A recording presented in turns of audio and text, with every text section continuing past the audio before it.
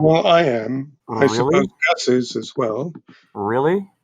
Well, when you take equal outcome to its logical conclusion, that's what you pretty much have to do. Because Well, yeah, but nobody no. But that's like saying if you drive a fast car, you must crash. I'm no, sorry not at that all. doesn't that does yes actually. No, it doesn't. And I'll tell you a place. I'll tell you a place where socialized medicine works. The next time you see a map of North America, start at the United States and cant your eyes about 15 degrees upwards. Okay, I'm pretty. We'll talk about Canada. We'll talk about the UK. We'll talk about Sweden, Switzerland. We can talk about Cuba. We can talk about any other place that has universal health care. I'm I, prepared to I, do it, but I don't it's consider not that myself simple. I don't consider myself competent enough to speak about every place in the world that you've spoken of.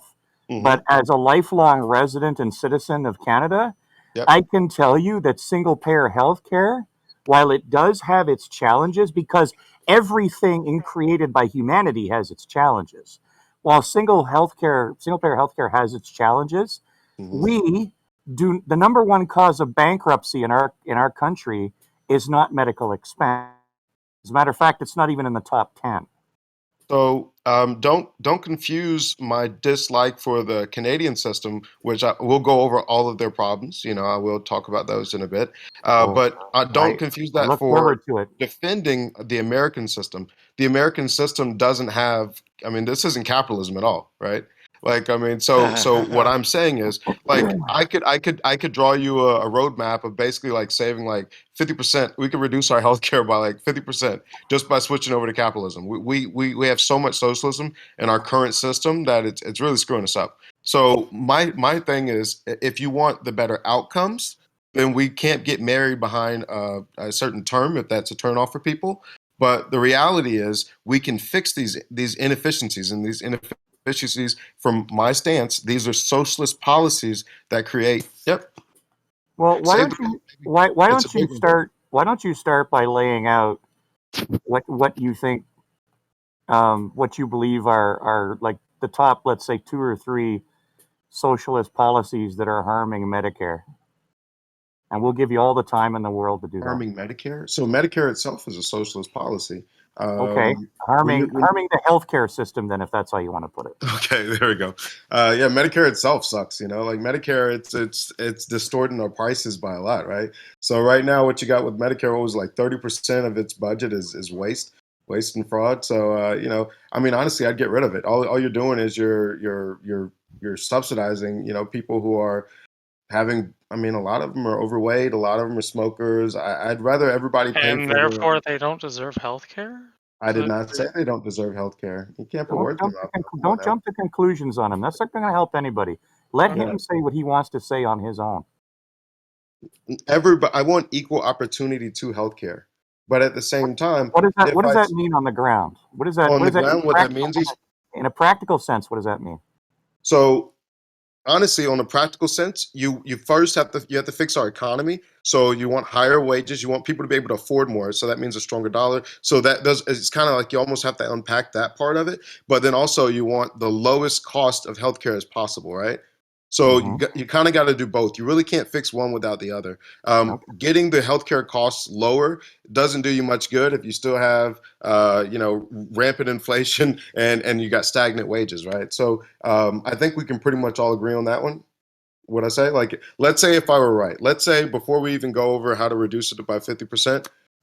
Well, yeah, you want stronger wages and a stronger dollar. I don't know why that's funny, Okay. Well, but in order to keep this conversation manageable, and yeah, excuse me if I keep imposing on you, yeah, let's tie one hand behind your back here. uh-huh, Let's say if you were made the Lord High God, controller of all things, but only when it came to medical care in your country.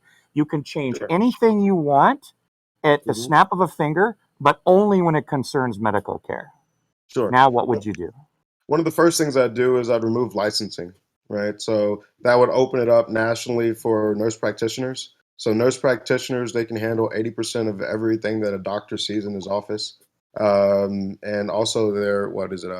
They're 30% less for a nurse. So right off the bat, you end up. I can't. There's no prediction currently that I've seen of how many nurses would go out and start their own business. But if we made it national, I think that'd be great. Like right now, there's a couple of states that you just can't do it in. Right? There's a couple of states that have started doing it, but I think if we had it all the way, all men under 6 feet. Okay, there it is. But yeah, no, I think that'd be great. So obviously, everybody is familiar with supply and demand. If you get a million extra nurses, I mean, that right there is kind of a common sense approach, right? Like it's. I think that when you put everything behind licensure laws, I don't think that's part of capitalism. That's something that's centrally planned through the government. So Okay. that right there is a really simple one. All right. Obviously, Next. okay, so Medicare. So we understand that medical billing and coding offices are 13% of our healthcare cost. You wouldn't have to do that if you had a capitalist system.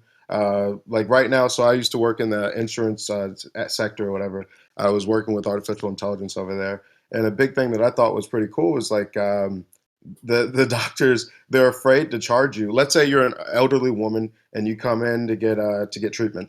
Well, they can't charge you less than they charge the government, right? So although they would love to charge you less because they understand that you're on a fixed income, you're not very wealthy, they love to charge you less. Well, they can't do that because they would get charged a fine by the government because you can't charge them less.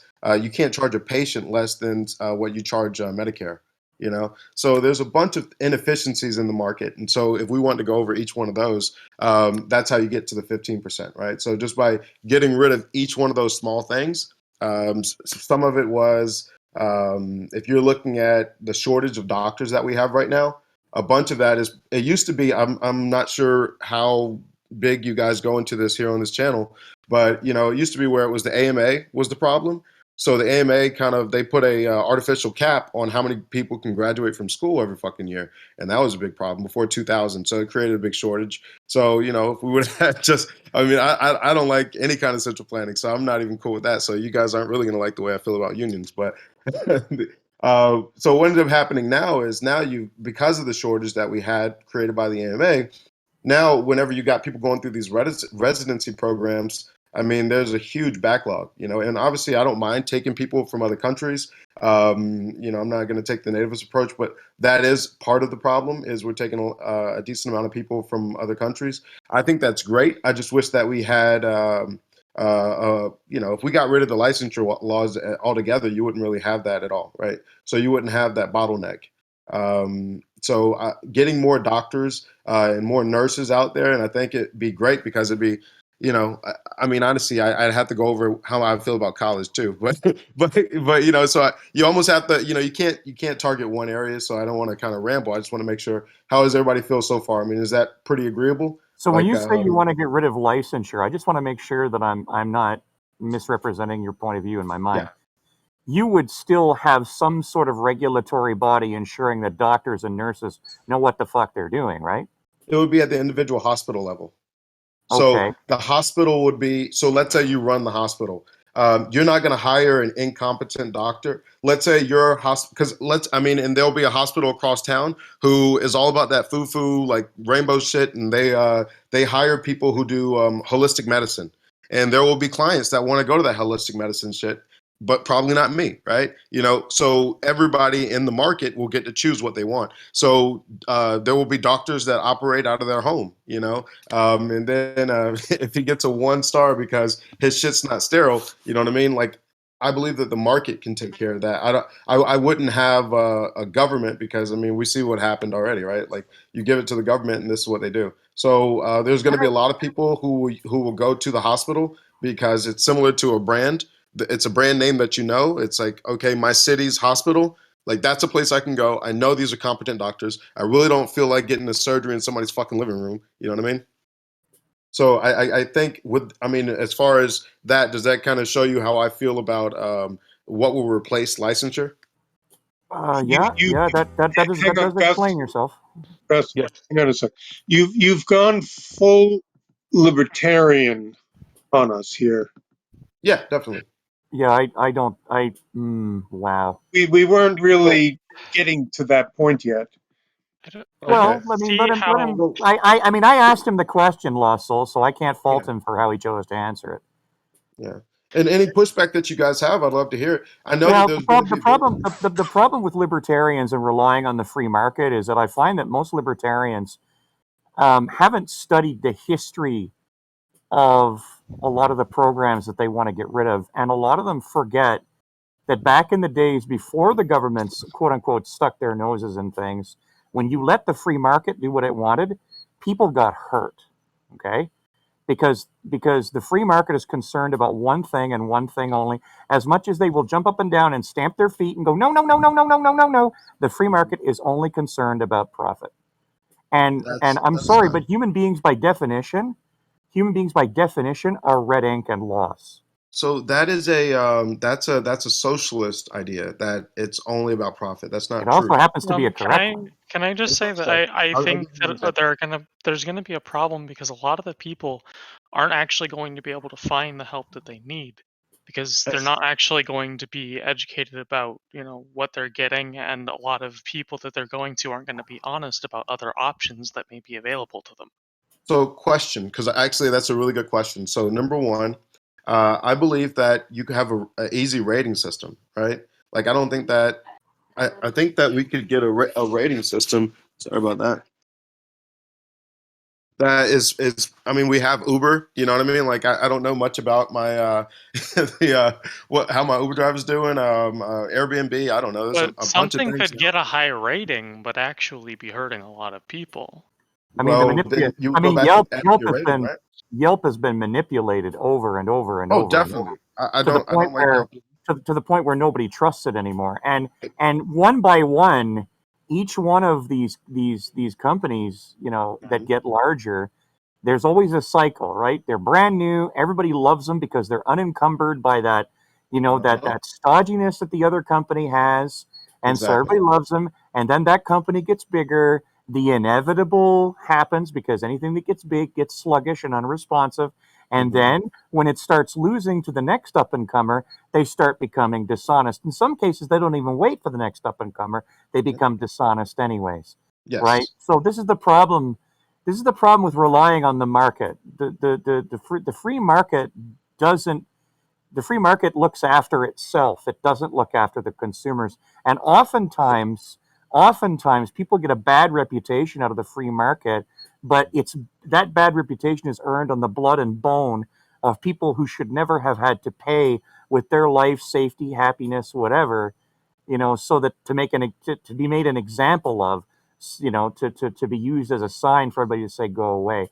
And in my opinion, that's what government and third party dispassionate regulation prevents more often than it doesn't. Even though again, it's not perfect, but perfection is beyond human capability.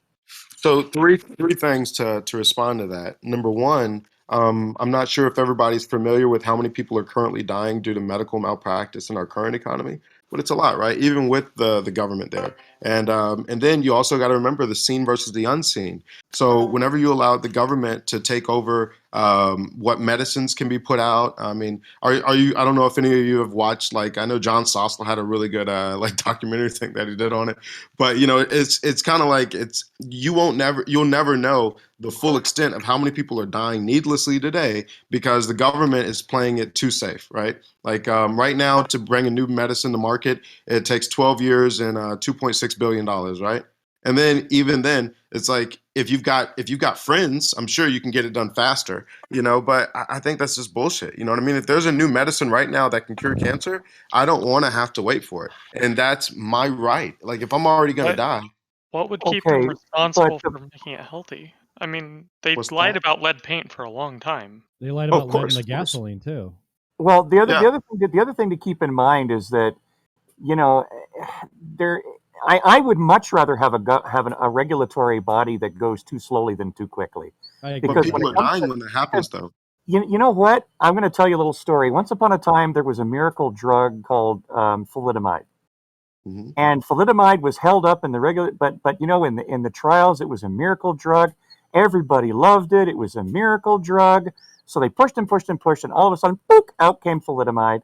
and you know, it was basically an anti-morning sickness drug for pregnant women.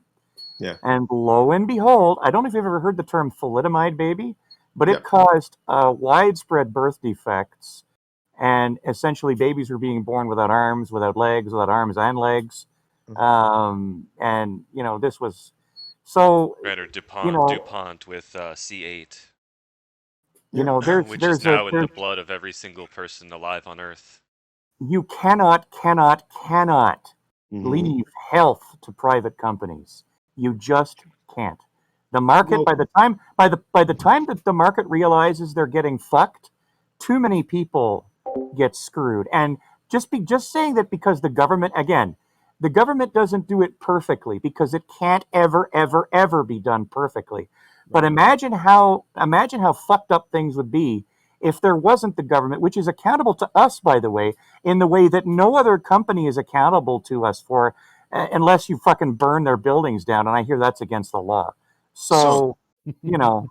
So right now, two things. So back to that one that you mentioned about Yelp. So I wouldn't use Yelp to get a surgery done because I don't trust fucking Yelp, right? So I just want to throw that out there because they are so garbage. You know what I mean? Like that, we all understand. Like whenever I'm wanting to watch a movie, I don't go to the reviewers because you know it's all bullshit, right? That's so not true, but go on. Well, then how You would don't you think know? the How would you know that any rating system could be relied on then? Right. I mean, Who the fuck? Well, it's the same as right now. We all understand that Yelp is bullshit, right? It's just we all kind of get it. You know what I mean? So it's like, how would you know a rating system is bad? It's like, well, we all don't trust the rating systems that we know are bad. Like I don't even trust the results I get on Google, right? Like we know that they're biased. Okay, but we don't. Just because we don't trust it doesn't necessarily mean it's invalid, and just because we do trust it doesn't mean that it's valid. Exactly. So but what we how does the free market solve the problem then, my friend? If you have 500,000 people, if you've got millions of people who are experiencing it and they actually like it, we all talk. So everybody can go in there, and if people are putting ratings on the App Store, I mean, it's pretty simple, right? Like, I mean, yeah, like but the problem is that with a rating system, with any computerized rating system, yeah. you have no idea whether or not half the ratings that you're reading are genuine. Right. Exactly. But right now, you said that Yelp sucks. Multiple people agree. I know, but multiple people agreed. We all kind of understand that is bullshit. So what I'm saying is, we understand it right now that it's bullshit. So I don't think it's that hyper focusing on Yelp, and I think he was using that as a general term for the free market. For any rating system. Rating system. Exactly. Yeah. I'm agreeing. I'm not. Well, okay. So then, if the rating system isn't going to be how the free market figures out which doctors are good and which doctors are bad, I'm not saying throw out the rating system. I'm saying that. But if the rating system is so overtly open to being gamed, and I'm sorry to keep hammering away at this, but I think this is really important. Yes. And I do feel badly hammering on you like this because you seem like a nice enough fellow. Well, you're not really hammering. I like it. But the thing is that, you know, if you're on the one hand saying that rating systems are open to problems, and on the other hand saying, well, then we should use the rating system. I mean, what keeps the rating system honest? Is the question. I don't think anything does. Competition. That's a competition. You know what? Here's something that I don't know how old you are, but something you're going to discover if you've been on the earth long enough is that when companies reach a certain size, they tend to stop competing and they tend to start colluding. Exactly. And if you don't believe me, look at gas prices. Yeah.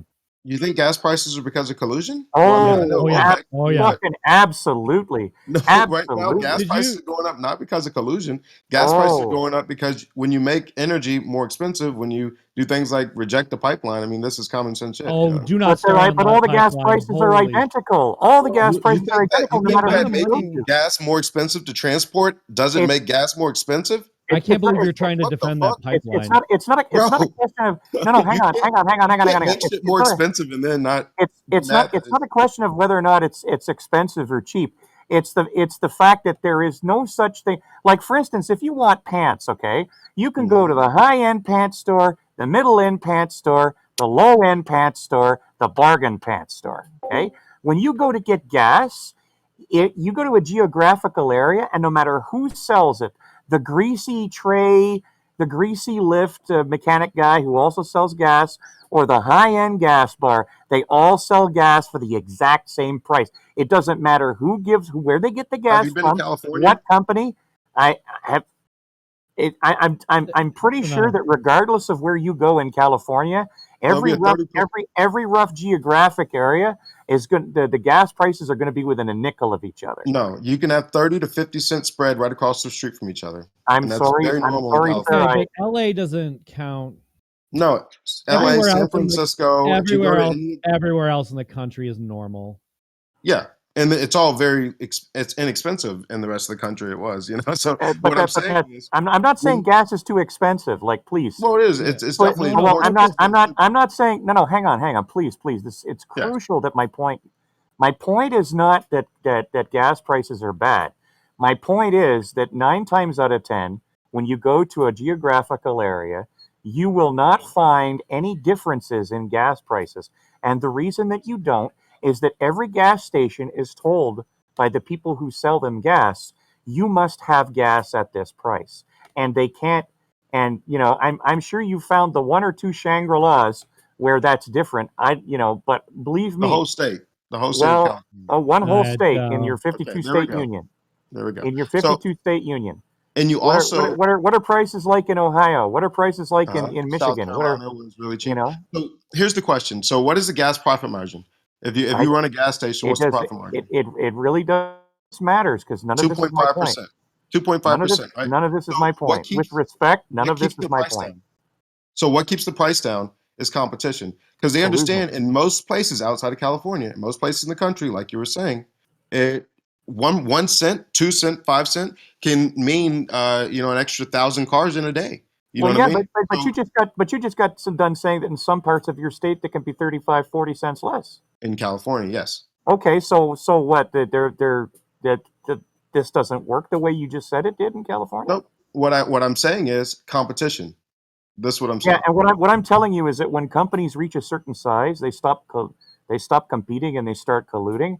And I still maintain the gas prices are the biggest indicator of that. If you own a gas station, if you raise the price a nickel, competitors will go. All of your customers will just go across. They're not married to you as a gas brand unless you got some kind of awesome royalty thing. I can't believe he's like narrowing down on this. Like it's missing the point entirely. No, He's making the point. It's all right. I'm It's saying all right. competition keeps prices they're keeping the price down. Competition. So what I'm saying right now is what I'm telling you is that the price would be even lower if somebody somewhere would say, okay, I'm going to buy a pump, a tank.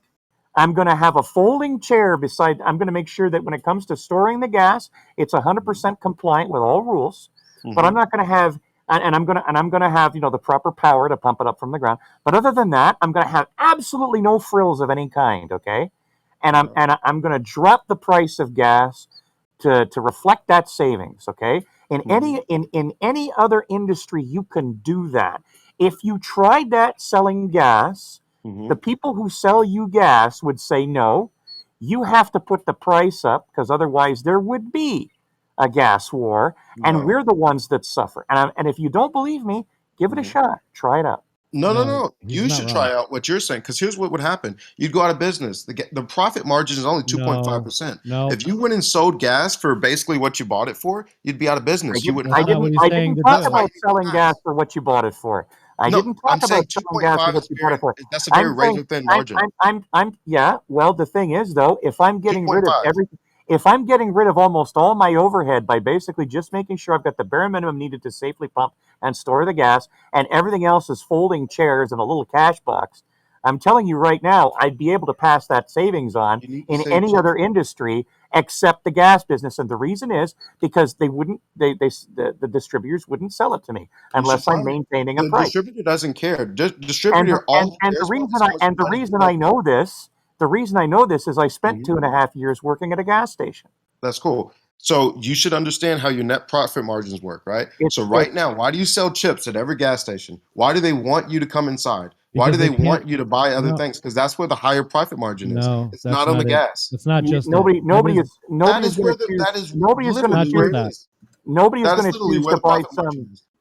to choose to buy some cheap off-brand bag of chips They're not that authentic. just happened to be an impulse buy. Okay, Oh my goodness. I mean, first So of all, you think that a gas first, station can work without the food and without Yeah, so if it was cheap that's enough, your if it was if you cheap could enough, lower yeah, the people prices, would yes, come yes, running. yeah. What are you talking about? Yeah. Everyone Yes. would take it up. Yeah, Are you absolutely. kidding? So here's the question. Here's the question. So if you bought the gas, you have to get the gas transported to you. You have to Yeah. pay somebody to do that, Yeah. right? Yeah. So when you're selling gas at 2.3% net profit or whatever, right? So very thin margins. So when you're doing that, then you also have to pay somebody to get that gas to you. You know what I mean? Like if you're Gus not is doing doing it, his own shop. He's doing his own What- shop. Gus said what I'm that. saying is when you're not buying at scale, then it costs a lot more to get that transported to you, correct? If I've got cars flying through because I've got the cheapest gas in town, you can bet your sweet bippy, you can bet two of your sweet bippies I will be able to buy at scale. So I'll have the fuel guy at my place at least 1.5 times faster than everybody else. so here's Yep. the question. See, Here's the question. I wish you So wouldn't do that. Just ask the question. okay, so most places, whenever you have it, they have between 6 to 12 pumps or something like that. So what is the maximum amount of cars that can come in a day? Even if they wanted to, if everybody in your city wanted to come, what is the maximum amount of cars you can get in a day? If you have 12 pumps, I mean, I don't know. You worked at a gas. I didn't know if Yeah, you knew that. the average fill time is about 3 to 5 minutes. That's Okay, assuming you wash their windows and chat a little bit with them. okay. So 3 to 5 minutes. If you got 12, okay, and then the profit margin. First of all, we only had 4 pumps, and we did a 4 killer pumps. business So okay, because so Top Value did away with a lot of the frills of like Shell and Sunoco, Texaco, you know, Petro Canada. We did away with a lot of the bright shiny kiosk and you could buy some of your groceries. We did away with all of that shit. If somebody wanted to buy food or groceries, we pointed them to the Beckers across the street. If they wanted to buy something a little more involved, we pointed them to the strip mall kitty corner. And if they wanted to buy a brand new car, across the street the other way was a little car dealership. We kept it small and we kept it tight. But let's do the math real quick just to see what the profit margin would be if you ran 24 hours a day, just like so we can see, right? Because I I mean, don't know. I really don't know how many times I have to tell you that it's not about the profit why margin. not? It's about the No, the profit. cost. It's about the overhead. I You know. can I'm you can saying if reduce you ran this if with you one reduce the person, overhead. If you reduce the overhead, that becomes profit. I get it. But let's say I'm talking about running this with no overhead at all. Let's talk about the entirety of how Why? much money you would make But why are after we you why are pay we for the doing raw that? I materials. don't understand. I Please let me try and help you understand what I'm trying to say. You have 4 pumps. You said the average fill time is 5 minutes. If about you that. had a line of cars night and day, 24 hours straight, I'm Keep in trying to mind, see. keep in mind that 2 of those pumps are diesel, and we also had contracts because we could provide our fuel cheaper. We had the Okay. municipal contract for all of the snow clearing equipment and all of the road construction equipment So year round. you had higher profit margin things like road clearing. Yeah, So snow that's removal. what I'm. And That would be if the you never lived snacks in a place and that snows, exactly. That's what I'm trying to get to, bro. That's what I'm trying to get you to. You need those higher profit margin things. Right now, the gas isn't where you're making a lot of money.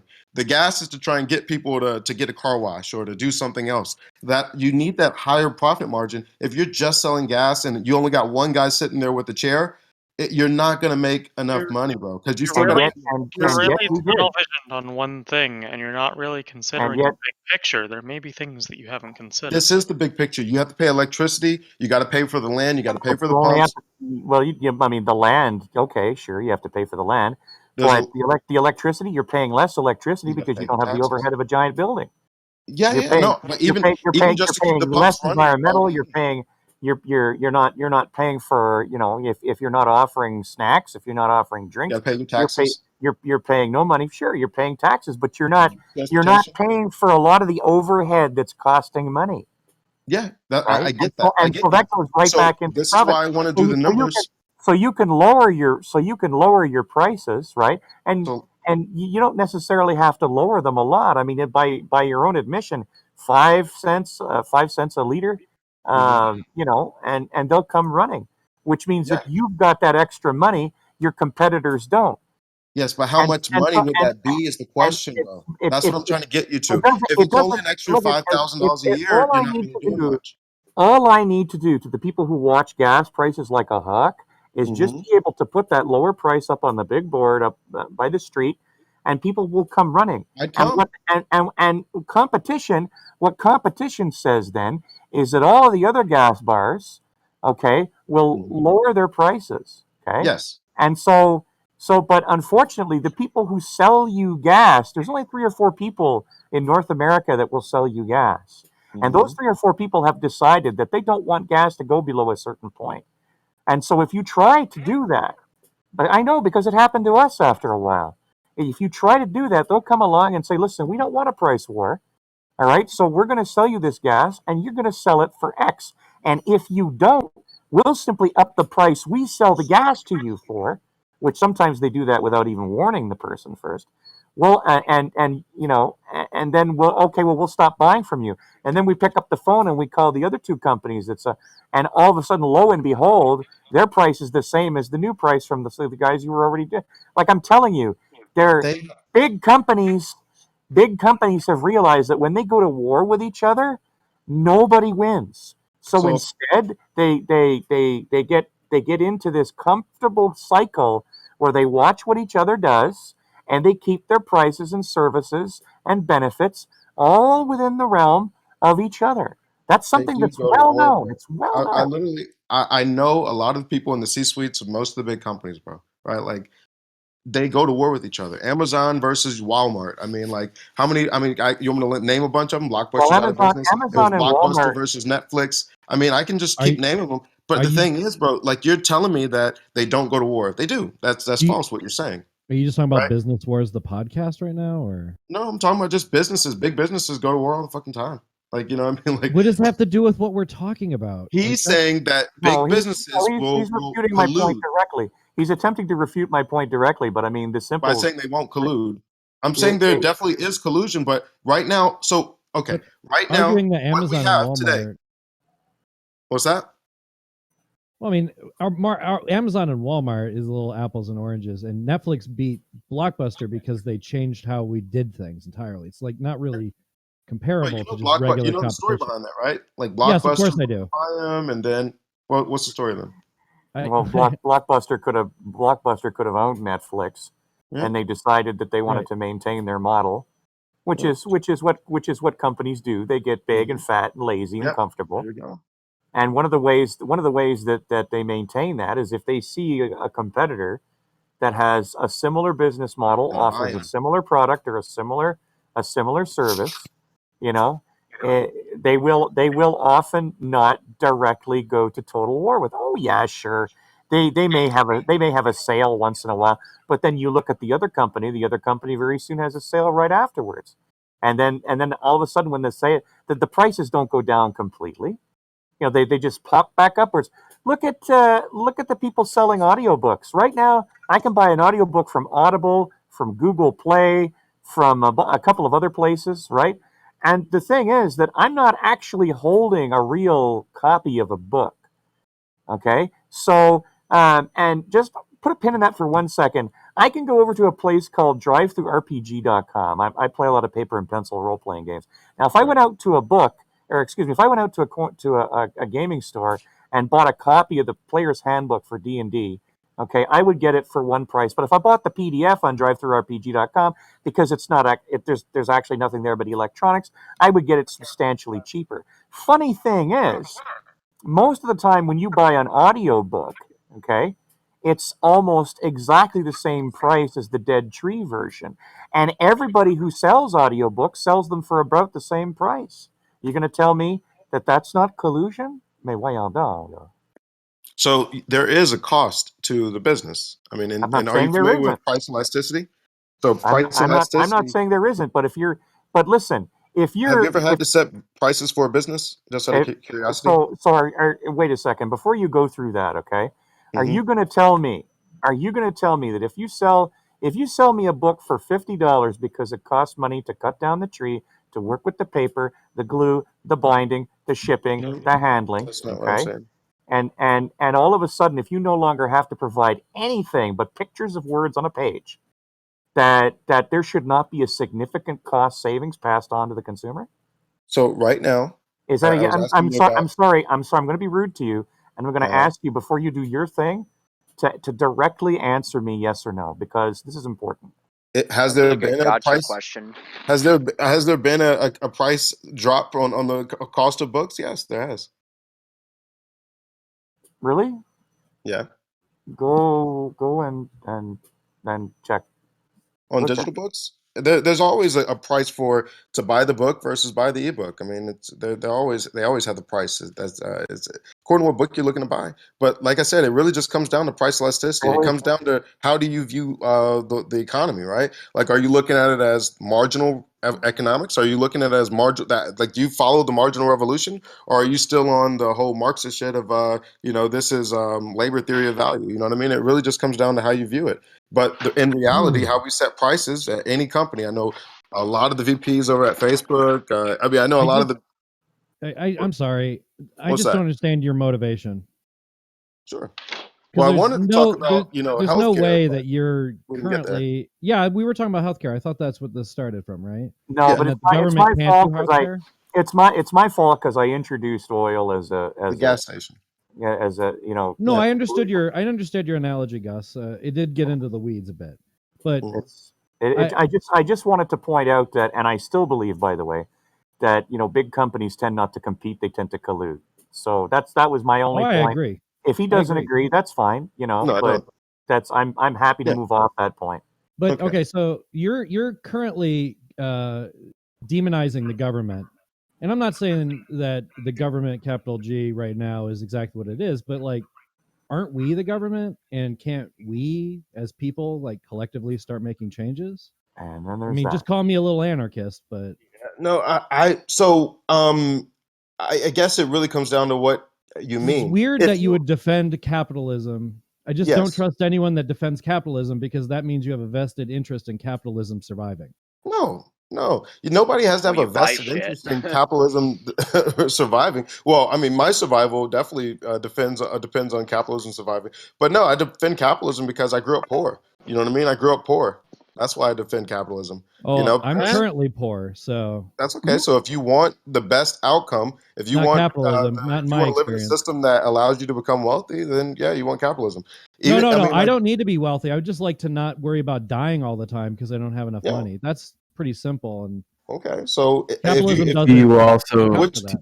which system would you want to be in if you're about to die? Would you want to be in the Canadian healthcare system or the UK healthcare system or The Canadian system, because I have currently no Jesus, man. insurance. This okay? is a dumb question for So someone so with no money so insurance. so are you more likely to die if you get without money involved? If you're are you more Uh, likely to die in the American system? money is relevant, so I'm not going to take money from this equation out. Okay. That's like an So like I said, right now, incredibly silly notion. You hear me realize out like on the this. people Hear who me make out the on most this. money in medicine are like plastic surgeons?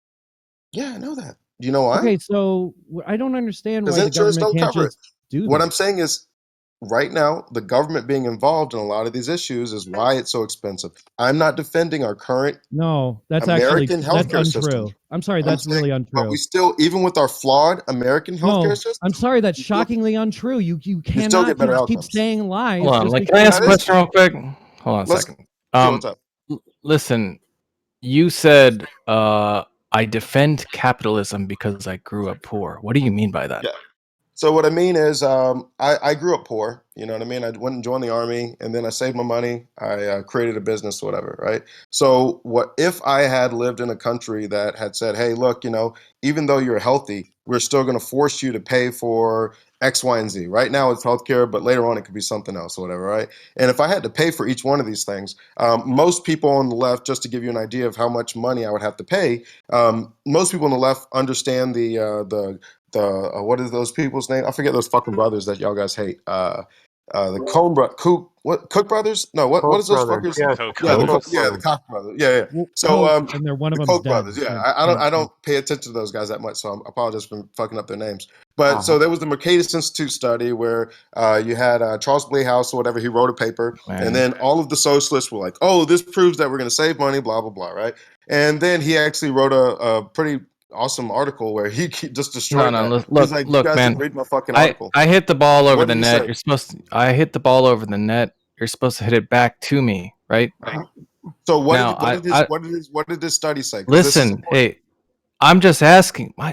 What? It's Not- important to what? I'm the one that asked you the question. I know, I just I want asked. to answer it. I'm trying to I answer just asked you. What do you mean when you say I defend capitalism because Yeah. I grew up poor? Because to me, and Oh, this is okay. why I'm asking you for clarification. Uh-huh. I understand that to mean like, look, I was poor and then I'm not poor because of capitalism, and that's why I defend capitalism. Is that what you meant? And I'm trying to get there. So let me finish answering.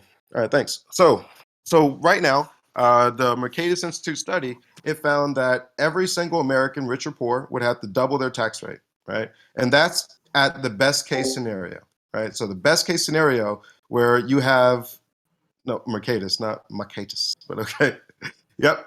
Double every single American will have to double their tax rate, and that's if all things go to the best case scenario. Like right now, in the study that Bernie Sanders wanted, he wanted every single doctor and every nurse to take a 40% pay cut, and that's not happening, right? So it's unrealistic. So it's going to have to be more than double the tax rate for everybody, right? So what you see in the UK with the doctor shortages that they had over there, they're pulling a lot of their doctors, nurses from India. You know what I mean? And I don't know What's where wrong with America. that? India is very technologically advanced. Did we have to I'm not saying double the that. tax I'm not rate saying when that. we went to war in the Middle East any number of times? That's a Say good that one more question. time. I didn't catch that. Sorry. Did we have double to the tax rate double? when we went to war in the Middle East? No. Twice. Are you guys familiar with how much we spend on war versus Yeah, welfare? yeah, an obscene amount of Yeah, money. How trillions. much do we spend? Do we spend more on war or welfare? Welfare. Well, Okay. That depends How much on who you more? ask. Depends on who you ask and what they're taking into account. How much Right. more? Just generally, could you answer that one for me? How much more do we spend on welfare than war and the entire military complex? Again, that depends on who you ask and what they're taking into account. So Yeah, give but me the top and bottom. So what do you think somebody's going to say?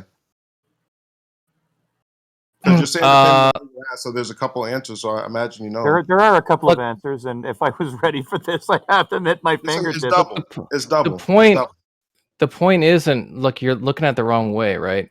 Yeah, let's say it's double, right? It's double. Let's say it's I'll grant you it's double. Let's say we spend twice as much money on welfare than we do war, right? Right. That doesn't change anything, right? I'm So okay that just with means stopping needless wars, but when somebody brings it up excuse me. Look, who you're brought missing it the up? point. You're missing the point, right? Yeah, what's up? The point is that these wars are not necessary.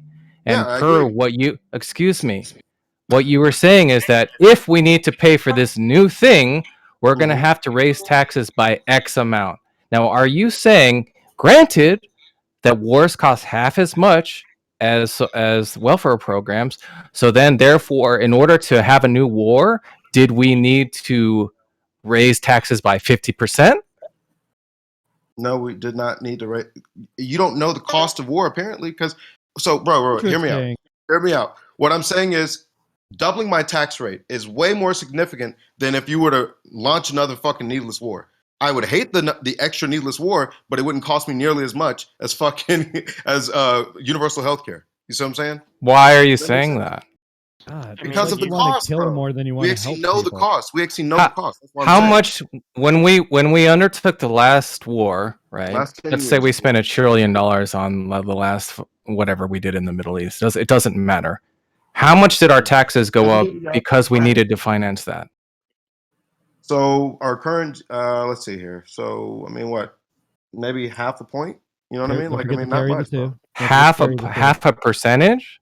Yeah, yes. You're not looking at much for the Oh, cost. okay, of the so war. half a Over percentage the for $1 next 10 trillion, years, right? We know how much we spend And we spend double. We spend double that on welfare. So that means that on current welfare. whatever, it doesn't matter. It's not going to change anything. So let's say Well, 2 universal trillion, health care right? would- So here's your logic. Here's your logic, right? In order to pay for the welfare, we're going to need to double. But in order to pay for half of that, 1 trillion instead of 2 trillion, we need to raise by 0.5%. Does that make any So- sense to you? So hear you out. Hear this real quick. You got to separate these two things. One is the military.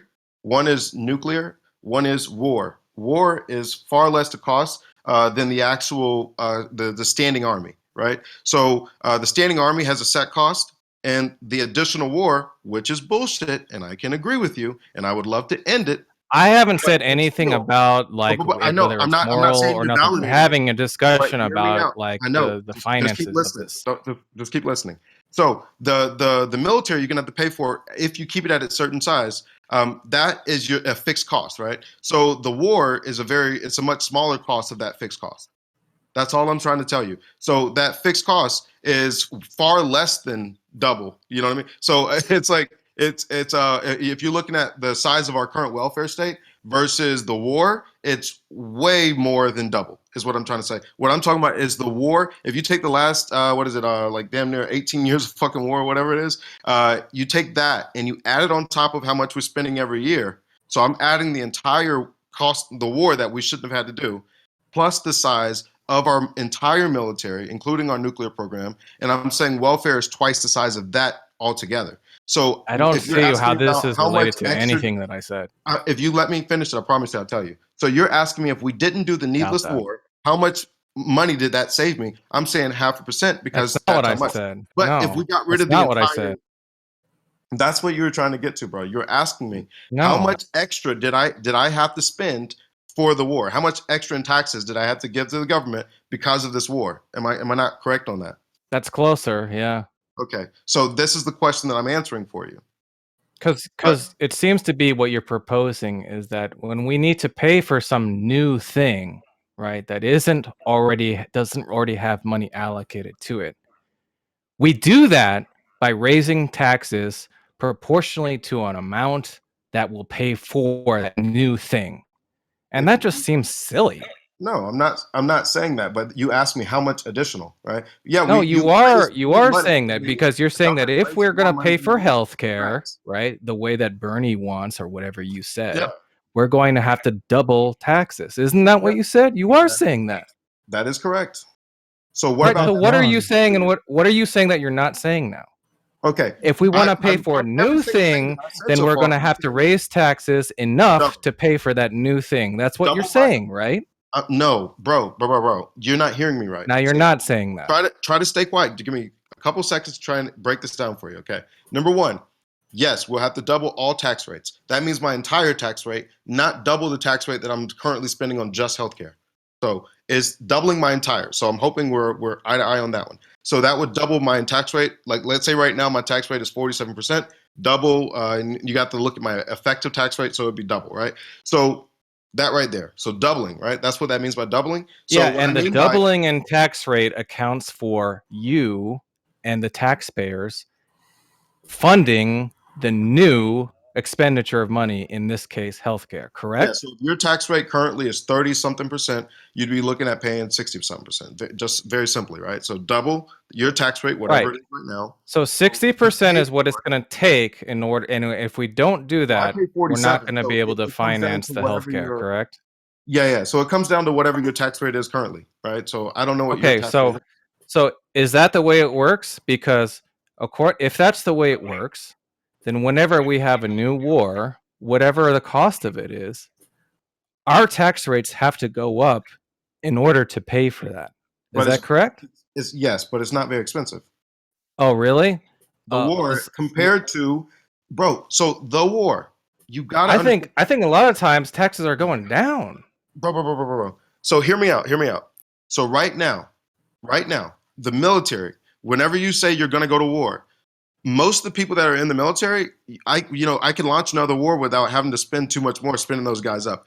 All I'm really doing is I'm paying for the extra missiles that I'm fucking wasting. I'm paying for the extra, giving them a little bit of extra deployment pay. You know what I mean? So actually paying for a war, don't get me wrong. It's like it's in the billions, but it's not like it's in the trillions. No, the war. I'm talking about the war, not the entire industrial complex. You're talking about the cost of the entire military. You know how much more money it costs? It's not in the trillions, bro. It's not. Yes, it is. Wait. It This absolutely is. This is insane. Do you know how much money it costs to keep one Aegis? Do you know how much money it costs to keep one Aegis class missile cruiser able to fire on constant combat rotation? I mean, each one of those missiles is worth sometimes $2 to $3 million a piece. Total war spending back in the 1980s. For the last 18 years, back in the 1980s, the F-14 Tomcat used to have a missile called the Phoenix. Okay, they used to be able to hit somebody at 150 miles. We run But it those costs no matter what, bro. but it costs $1 million a pop to We run fire. those with training no matter what, war Yeah, or but- not. No, yeah, no, you don't. No, You don't no. think we practice No, with those? You nobody- think they just sit there? You listen. First of all, they have missiles that simulate. They run simulations all the time. Bro, I was in the military. I fucking know. Trust me when I know what we fucking do. I literally, this was my Trust job. me when I tell you that the U.S. Navy doesn't fire fucking $1 million Phoenix missiles right, left, and center unless it's in a live fire situation. Exactly. So Trust let's look at how much that Trust cost me. us. So over the last 18 years, it cost $4.866 trillion, right? So that's the cost of the last 18 years. And how much So of that's that? How much of that was $270 billion per firing? year. How much of that was firing those missiles in actual combat situations? By the way, though, as soon as the 80s were over, they retired that missile, and That's they came okay, up with something. They came up with something more expensive. Yeah, of course. It's always gonna be more expensive. I mean, So- and all those tanks in Iraq during Desert Shield, or was it Desert Shield or Desert Storm in the Second War? I can't figure it out. Operation Iraqi Freedom, or whatever the fuck it was called. Did all those tanks blow themselves up? No, they required hellfire and fucking waste missiles. a shitload of money. I'm not. That's not what I'm saying. Oh, What I'm okay, saying so- is it's significantly less than the cost of like a Green New Deal or universal healthcare. What I'm saying is I'm okay with getting rid of all needless spending, right? So I'm okay with ending the war. But when somebody asks me, well, how much extra did that cost me? It's not going to be comparable versus how much it would cost. It doesn't matter. The point isn't about whether or not the money is comparable. Uh-huh. The point was that your claim that these new expenditures must be accommodated by a proportional increase in taxes, and that's just not true. They just fucking pull it out of their ass. What? So wait, question. So you're saying that you can get universal healthcare without raising any money, without doing any tax increases. So you're basically just telling me that MMT is the way to go or nothing, because otherwise you can't pay for it. So you've got to go either through taxes or you got to go through inflation. So you got to pay for it with one or the other. Do you want to pay for it? How with did inflation? they pay for war? They raise taxes. Proportionally? Is that your claim? Proportionally? Well, right now our government has a shitload of money. That Answer the question. Did they raise taxes proportionally to pay for the wars? They did it with debt. You do it with inflation, and you do it with fucking. I mean, like, bro, like, I mean, I don't know how much simpler this can be. It's not like they are spending fucking. I'll tell you how much simpler it could be. A yes or no answer to the question: did they raise taxes proportionally to pay for the wars? They raised taxes. They got it through inflation, and they did it with fucking borrowing. Well, there you go. So by your own admittance, you don't have to just do it through taxes. No. How do you fucking pay back the fucking loan, bro? You raise taxes. Eventually, they're just pushing off raising the damn taxes. You're gonna have to get the fucking money back, right? Right now, how much do we spend on just fucking the interest on the loan, right? So I mean, we're paying for that shit. So yes, the politician doesn't want to raise it all at once, so they take it out in a big ass fucking loan. They fucking make their friends rich, then they fucking come back and they tax you later, right? So that way they don't lose in fucking next fucking voting season. I'm just making sure. I'm making sure I understand. This is just delayed taxes. I'm sorry, I don't mean to get to the core of this. I'm just making sure you're still okay with poor people just dying because they can't afford healthcare or going into or excuse me, or go. Oh, it's not okay. bullshit. Let me just wrap up that. what I was saying, because I got to step away for a second. The point is, I started this off by asking you because you said you defend capitalism because you grew up poor. That's correct. Now that just sounds weird to me, because I can understand you saying I grew up poor and was able to elevate myself out of being poor because of capitalism. But in a capitalistic system, capitalism is also responsible for you growing up poor in the first place. No, it's not. No, it's what fucking are you talking about? So let me finish answering my question. Your question, right? So if I were forced, right, when I was out there, if I was forced to pay double in taxes, then I wouldn't be able to save money, right? And when you're talking about things that are expensive and that's part of capitalism and all this other bullshit, you know what I mean? Like I look at it like, I would have had a better education system if it wasn't, if it wasn't socialized, you know what I mean? Like my parents probably wouldn't have been as poor. You know what I mean? Like, I don't so understand what any of this has to do with anything. You You're don't think telling me that, capitalism? you You know, don't think capitalism was grew up poor responsible because for of you poverty? growing up poor? No. That's Like just crazy. capitalism, by definition, creates wealth, right? Like this whole, you know, oh, you're poor because of capitalism. You Tell that to the poor people. wait, hold up. Right. Even Marx agreed with that. So anybody fucking laughing is not a Wow. fucking socialist. So shut the fuck up right there. I You know, laughed at you. even No, I'm Marx agreed laughing with at that. Less you. of that, please. I'm an No, anarchist. you're laughing over a I'm an fucking factual anarchist. statement. That's stupid. So then, what's responsible for poor people? What's Yeah. responsible for poor people? If it's I not mean, there's a bunch capitalism. of things that can be responsible for poor people. A lot of times, Yeah, I'm it's listening. government regulations, bad government policies. There's a lot of things that can be responsible, bro. I mean, it could be bad actions. So If you, why were there poor people months. before there were before there were extensive you government get pulled regulations? out. You get pulled out of poverty, bro. Like, so the How- goal is to how? end poverty. Like, Before How do you do there were Yeah. extensive government regulations, oh how my did god, people end up poor? you think regulations ended poverty, bro? Like, How- are you guys how- like? I would honestly give anything So before what there was regulations? extensive Go ahead, Tom. We should go to What India and just make regulations a made you regulation grow up to end poor? poverty. What regulations made you grow up poor? Minimum wage laws, that definitely hurt the black community, right? So that creates a bunch of unemployed black youth, right? So my dad was one of those. He ended up going to the military, ended up getting in drugs over there, you know. But if maybe if it wasn't for the minimum wage laws, he would have got a fucking job, you know. So, but most people that don't study economics, they don't understand how the correlation there. They're like, well, you know, oh wow, I could just keep raising minimum wage. That's not a racist policy at all, you know. But they never look at the outcomes. They never look at the history of the minimum wage law, why it was created, and why it was brought over into different countries, you know. So they, you know, I don't know if you can tell, you know, as a black guy. I did study. I actually come out of big labor, and I Okay, good. did study minimum wage laws. So why was it brought out, like let's say in like apartheid South Africa, or when the white unions in America, or you know, I mean, like it's been done multiple times, and it's always Right. been for a certain reason. Minimum wage laws were created for one reason and one reason only, and To that's keep black people out of the workforce. Exactly. what are you talking? Okay, I'll accept your proof on that. Yeah. So I'll accept your proof on that. apartheid South Africa, when it was brought to America. No, you're new here, so you don't know what that statement means. Okay, I'll give you more. What I would like you to do, please, is I would like you to give me a credible source. And when I say Sure. credible, I mean I'm open to just about anything. All I right. would like you to give me a credible source as that says what you say. Okay.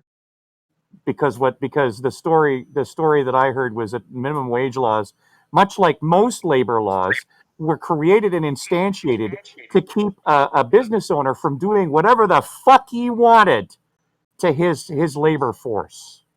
Nope, that wasn't why. But I'll send you some stuff real quick. Okay, Gus. What? Nope. Well, I mean, you know, it may very well be no. If he can prove it, whatever. Cool. Send it over right now. Give me 2 seconds. Let me get it over here. Okay, I If got some good it's quotes here. if Ben Shapiro wrote it, we're not going to accept it. That's okay. Please, Okay. I hope to God it doesn't come from PragerU, because I'll lose what little supper I had. Oh.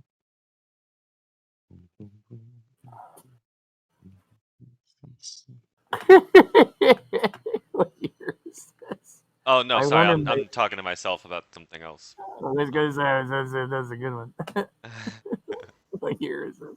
It's 2041. Well, in 1901, I'm getting a wicked feedback from somebody. That looks hear my- like. My bad. Go ahead. No, go ahead. What were you gonna say? Oh, okay, I was just trying to look at the comparison between mandatory versus discretionary spending, and it looks like if you combine welfare, well, I guess, so it looks like their Medicaid, Medicare, and Social Security combined is probably close to, say, like 1.8, and then in this, defense is about 600. So, and then so that would be about three times the spending on when it comes to all social spending. So between Social Security, Medicare, and Medicaid. So then I guess going back to what you and Tom talked about, we would predict, according to what you had to say about some kind of new expenditure that if we increase those programs by an equal amount to an increased military expenditure, well, sorry, let's say proportional increase, then we would expect that taxes would be increased by about 1/3 the rate for the military expenditure as opposed to expansion of those other services there.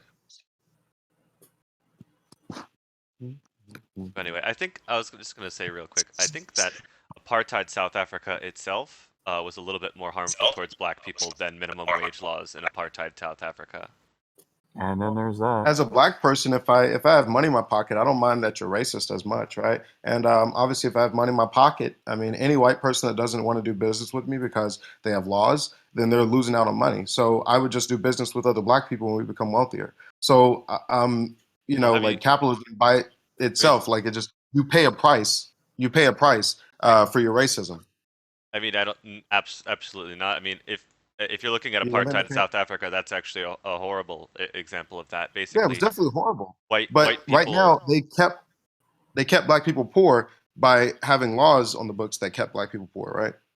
Yeah, So what I'm saying is, even with the racist society, as a black person, if I'm allowed to work, right? Like, if you want to do the job for $9 an hour, if I'll take it for $8.50 or something like that, if I can come in and show you, hey, look, I'll fucking get the job. I'll work and prove myself, and then hopefully you'll hire more black people like me, you know. But as long as I'm able to get fucking money, we'll work the rest of this shit out. You know what I mean? Like, I would rather be able to eat than live in a society that loves me that also doesn't want me to eat. You know what I mean? Like, just because you price me out of the fucking labor market, you know? Yeah, I mean, I think, I don't think that being able to eat was an issue. I mean, obviously, let's say before business interests moved into the country, there's a population there, and there's they're sustaining themselves through whatever means. They have their own culture and whatnot.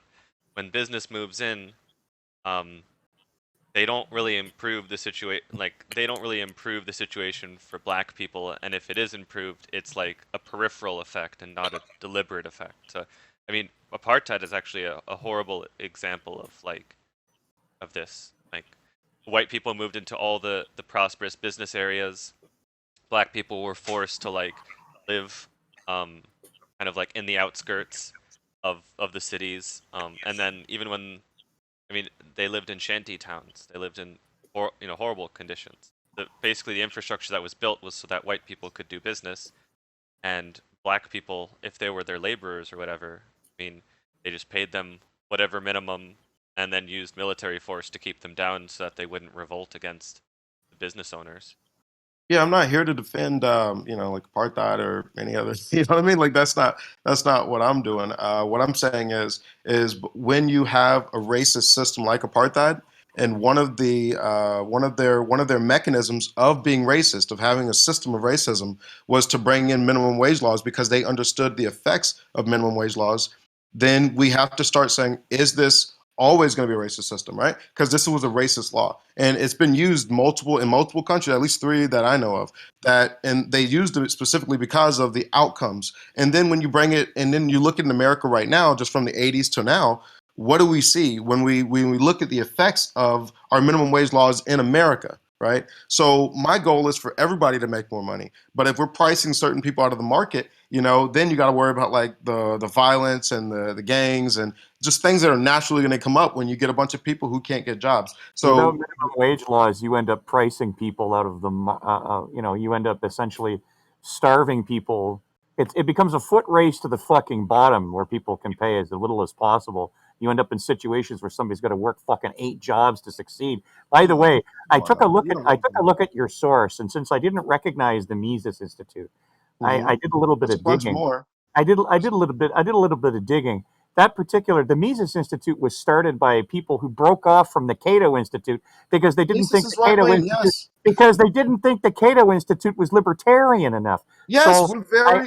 I hope you'll I'm sorry. I'll give you another source.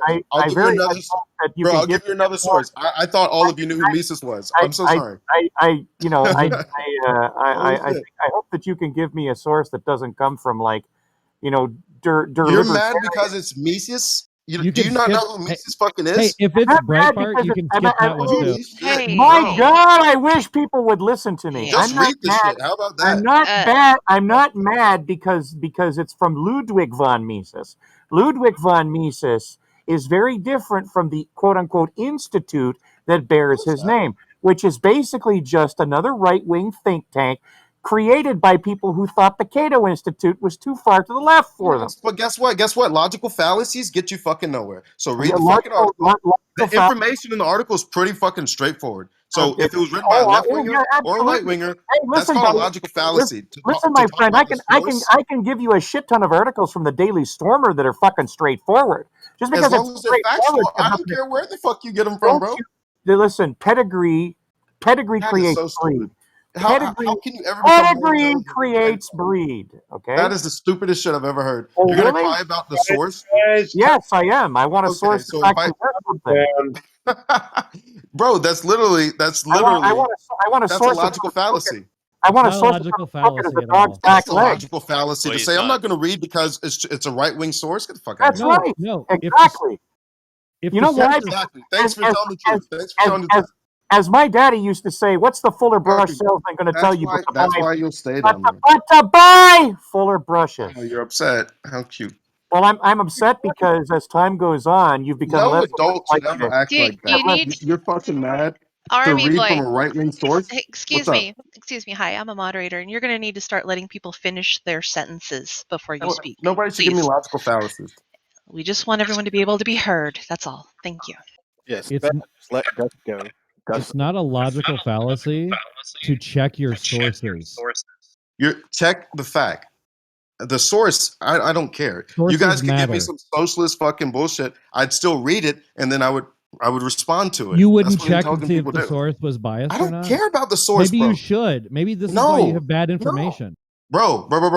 Who knew Okay. about the racist history? Me or you, right? So ask yourself that. Why Well, is it that you fuckers will What be are you like, talking about? What does you- that have to do with if you guys anything? if you guys are ignorant of basic shit, right? If you guys are ignorant of basic shit, then maybe you should start reading from both sides. Well, okay, Yeah. except that you're not the only person here with an education. Okay. And some of us have educations that teach us things that weren't the exact same that you got. That doesn't mean that your education is automatically right, and it doesn't mean my education is automatically right. So But what it therefore, I would but never. what it does Let him. mean, Let him but what it finish. does mean, what it does mean though, is that the wise man always looks at the source of a so-called truth. Always. No, a wise man would look at the facts of a truth and see if it's credible, see if it's No. actually true. No, That's what he Pedigree, would do. pedigree So if has they a say heavy if I influence say on- something like, "Hey, the Davis-Bacon Act was created to price black people out of a market," you would then look to see if that is true. So you wouldn't care where the fucking where the information came from. You would care if it's true or not. If Yes, it's actually, true, I would care that's the from only where thing it that came from. matters. So Yeah, if because- only right wing, because where it came from will often speak to its truth. no, that's I'm why sorry. I don't. I don't expect. Listen, I don't expect the Cato Institute ever, okay, to endorse any policy that's anti-capitalistic ever, no matter what, because it never has and it never will. That's Okay, so expecting that from the Cato Institute would be silly. So when they come out with a paper on anything for any reason, it would be silly of me not to keep that in mind. All right. So if you have a think tank, for instance, that won't ever endorse something Like if it Jacobin. comes from a certain direction, then Exactly. that means automatically that you have to keep your eyes open on what it declares as facts. Yes. I'm not Okay. saying that that's a bad So- thing, but I would never discount your source, is what I'm saying. Well, I'm saying that I don't saying like that- Jackman, I'm but I'd saying still read what you say. because I'm saying I- that past a Can certain we just like point. talk one it- at a time, please? Can you do that, Army? We're trying. Well, I mean, I got to be able to respond. You know what I mean? I'm responding like 10 people, so I got to be able to talk back, right? Okay, So but not in all I the said middle of was, things. it's okay that you don't trust right-wing sources, but left-wing sources don't write about certain things. So if you have an information blackout, you can't find where your black spots are. Do you really think a left-wing source is in this particular socio-political climate? Do you really think a left-wing source, if it was indeed true that minimum wage laws were racist and for no other utility whatsoever and for no other reason whatsoever, that we wouldn't have heard about that by now? You haven't. I disagree, and Okay, I think part of the reason we haven't heard it is because it isn't true. Okay. Okay, you're just operating in your little blind spot, and that's okay. So Well, what has has a blind spot because I don't agree with you, and that's okay. So what has happened to the black youth unemployment rate every time you raise the minimum wage? I have no idea.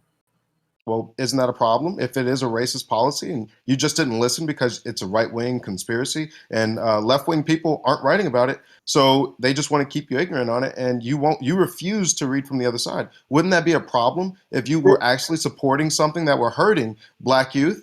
Wouldn't you wouldn't want to support a racist policy? This is almost like a person under apartheid. He's supporting something because he thinks he's been sold that this is a good idea, but he doesn't know that he's supporting something that's racist. You know what I mean?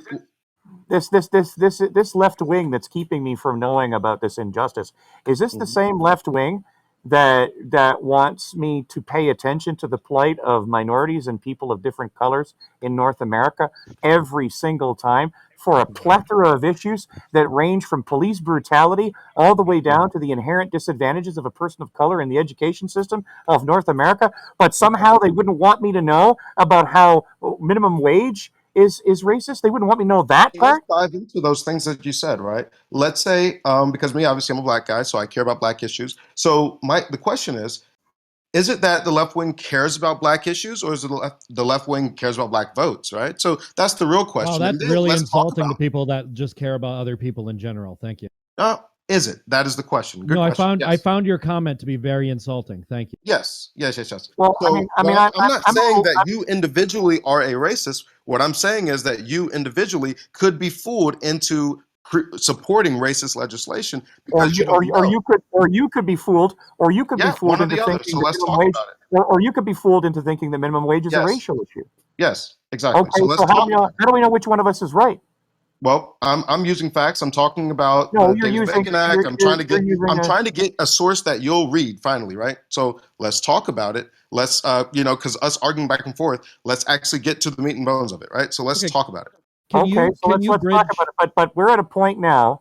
Where I'm not prepared to lend any credence into your assertion unless you or I find a source that isn't heavily biased. Everyone has a bias. There isn't a unbiased. Yes, everyone has a bias, but there's a difference between being tilted 2 degrees. Bro, we're talking in circles. This is stupid. There's somebody else who's willing to listen to both sides. There's a difference between being. I don't care about you yelling, bro. Let's talk something else. You know what? You're going to deal with me one way or the other, so you might as well do it willingly.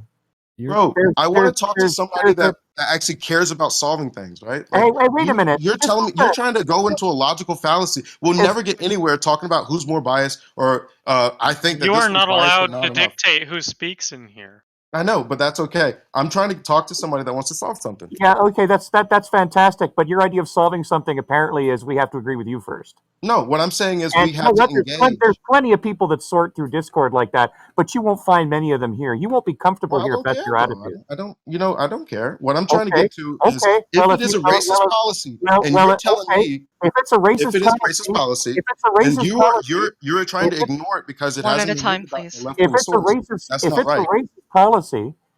racist policy, and you can prove it's a racist policy, and you can put that proof forward from somebody who isn't crooked like a dog's back leg. Do you see how this isn't getting anywhere? Like you keep trying to go into a logical fallacy talking about the source. That's a logical fallacy. We're not in a high school debate, okay? It's not about a high school debate. It's just a logical fallacy. We never do a logical argument. Actually, it is because in the real world, if you knew somebody was a liar,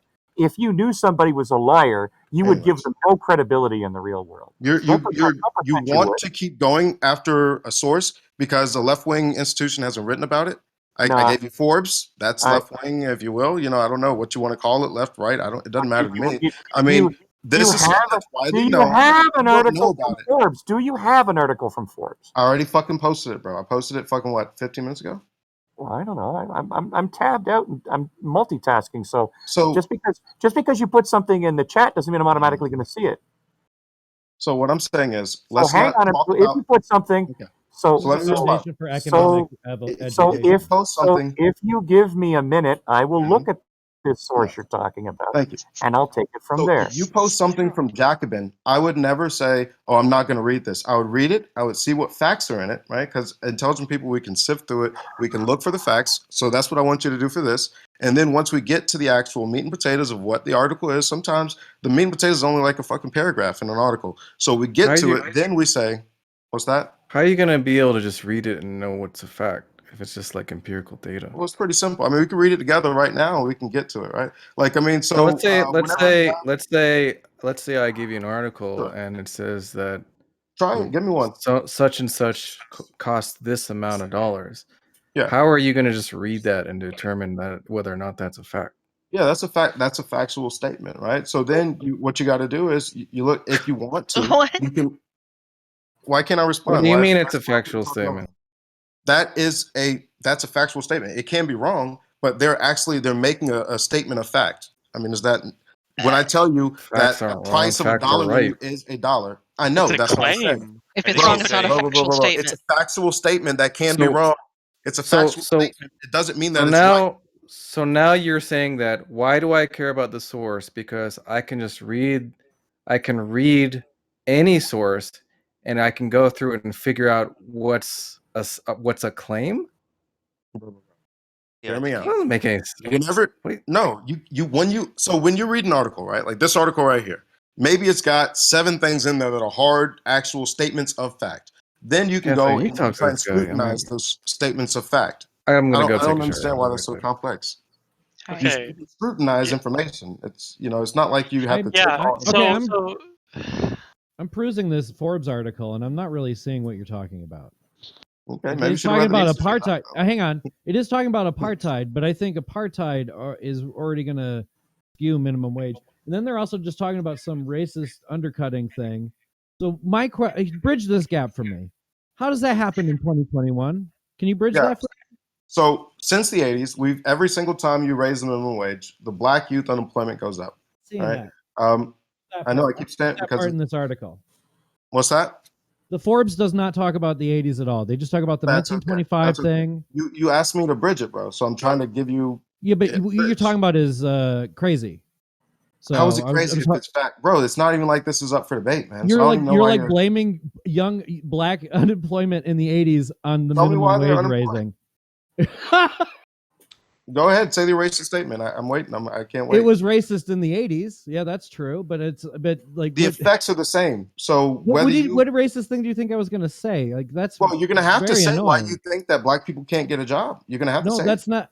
What? You laughed. You thought it was so You're hilarious. saying it's the minimum wage is hilarious. That's the funny part to me. well, it's the Okay, the so, employers Bruh, probably. so tell me why. Tell me why then.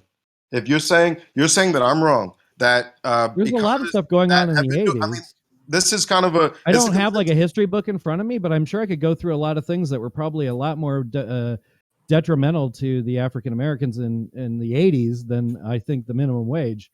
I'm not because- racist for understanding that. Calling me racist doesn't You're gonna have to like say make your something arguments racist better about yourself. either. Like I'm not that trying to actually make is a an argument logical by calling you fallacy. racist. So, I know I'm not. That's why I said you're gonna have to say something racist in order to tell no, me. I'm not. why I mean, black people Reaganomics cannot was get a job. against black people all the way. They were against No, it isn't. homosexuals all the Oh, Yes, it was. What bro. are you talking about? The CIA. Anyways, you're trying to jump. You're trying to CIA. change the argument. We Who can does talk the about CIA work Reaganomics, for? but let's Excuse first get me. to this. Let's Excuse first me. get to this, Who's the fucking CIA work for? Does they bro. do they Let's work for first. You're trying to Reagan? jump subjects because you don't know enough Did they about it. put- Let's Did finish they this one did they first. interject We'll crack? go over Reaganomics. I promise Hey, you. I don't run excuse from me. anything. Let's go. Excuse me, sir. Was a crack cocaine for like a gram of crack like infinitely more time than like a pound of cocaine? I've heard So all your what are you arguments. even bro. talking about? How much time is meth? How much time is meth? We're not talking my about time. we're talking about the How much 80s, time is you meth? silly man. Meth Meth wasn't is a even a white thing drug. in the 80s, dude. I know, but Yeah, meth is a white and drug. also We're just talking about because Reagan Black is a era. black Come on, drug. This follow is the something plot. that's well you known. said it was the 80s, right? Am I crazy? Am I the crazy one?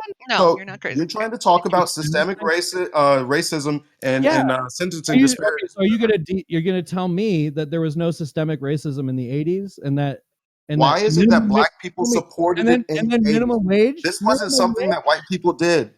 I'm gonna need everyone to let everyone else finish their No, I'm statements. done. I'm Okay. sorry. I Well, had he's enough changing now. the subject, which is why I It- don't like it. Well, what I'm saying is, whether he's changing it or not, you're going to let people finish their statements. We're not going to have Yes, over we're not. talking. Yes. That's all I ask. That's all I ask. So question here.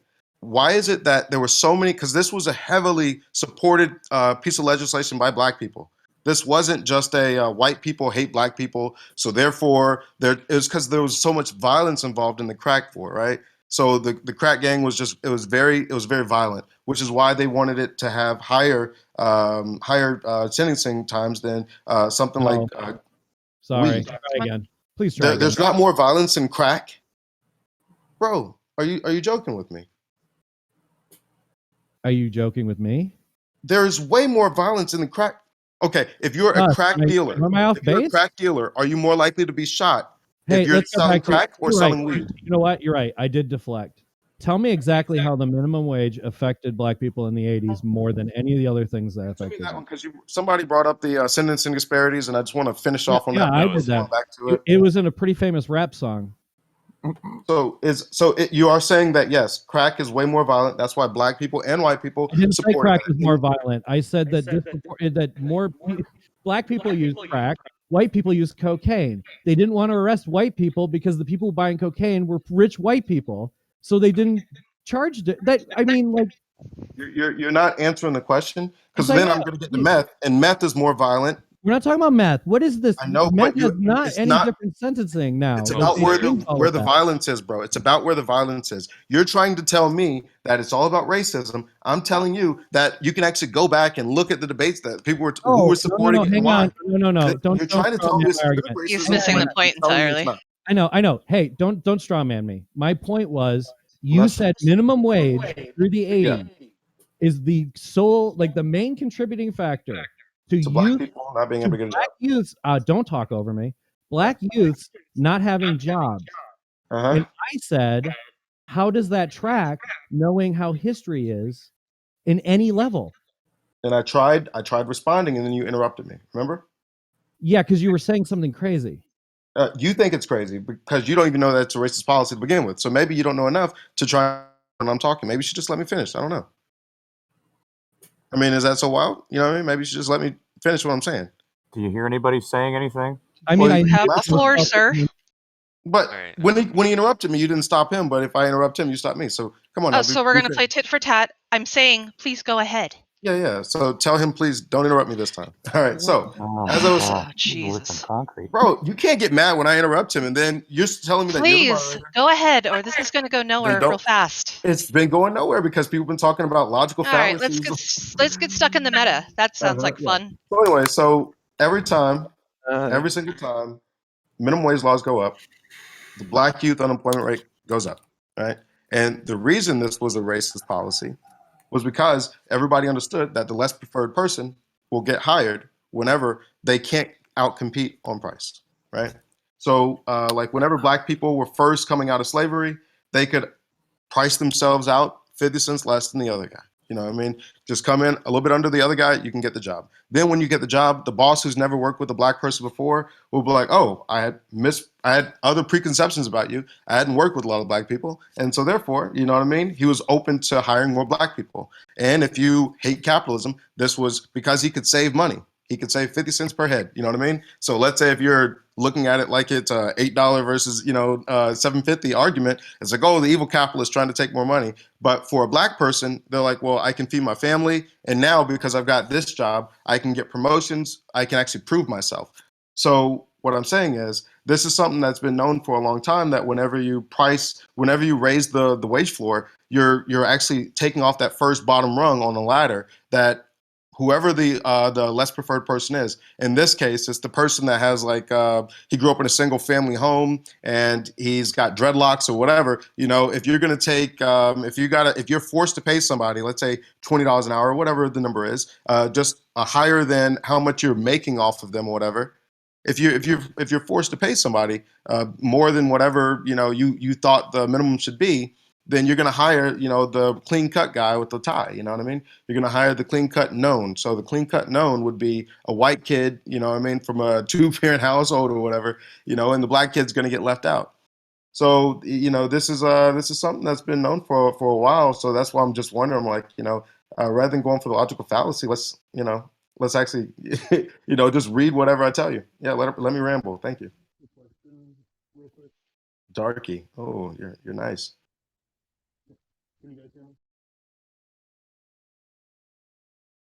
Let me pull this up real quick.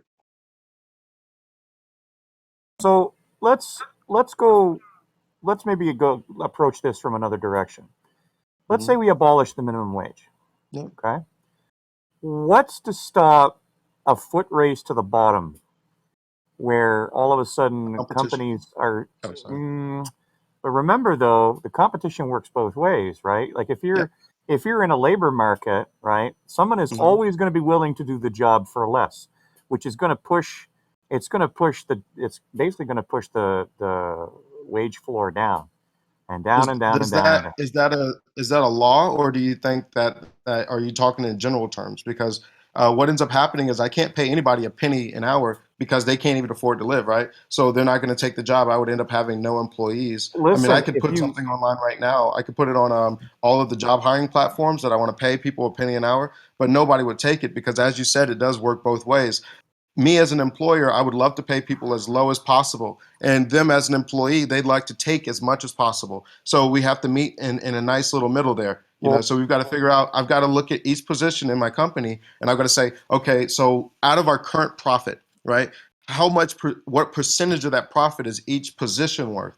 Right, then I've got to look at, okay, now then I got taxes and, my actual hard costs. And there's a bunch of, I got to pay for different softwares and all those different vendor fees and things of that nature. But once I get to the actual, the profit, if you take out the labor costs, then I've got to allocate a percentage of how much I think the business can make. And I have to allocate that to each position. So now sometimes let's say if I had one janitor. Okay. Try not to, the more points you make, the harder it is for me to refute each one. Okay? No, I understand. I was just so trying to no, but I asked you for a page and you're giving me a dissertation, like with respect. Well, with respect. So I mean, I don't know if there's a name for how we select prices, but if you're creating, let's say, a burger restaurant, you've got to be able to allocate certain percentages of the business to each position, and some positions are worth more than others, right? I think we all agree on that, correct? Well, if you're allocating it purely on a cost basis, but I mean, here's the thing, okay? In order to have a successful business, you need three things. You need good management, okay? You need a product or service that's quality that people want and that you can deliver, and you need good employees, okay? Now, when people like Forbes and the Financial Times and that sort of thing weighed in, we're always hearing about product management, product management, product management. But that stool needs three legs. You take any one of those legs out and the company collapses. Any one. And nobody ever thinks about labor. Nobody ever thinks about labor because labor is considered disposable.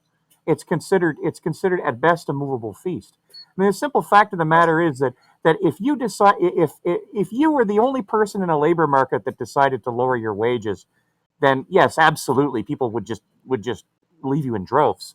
But if there suddenly was no minimum wage law, okay, the people who had enough money to absorb the temporary flux that would be caused by a bunch of good employees leaving, okay, they do it because they know that sooner or later, if everybody in the job market isn't hiring unless you're willing to take a job at X minus 2 price, then sooner or later people are going to step up and go, yeah, okay, fine, I'll work X minus 2. And then they'll go work another job. And the next thing you know, they're working 4 jobs to make a living.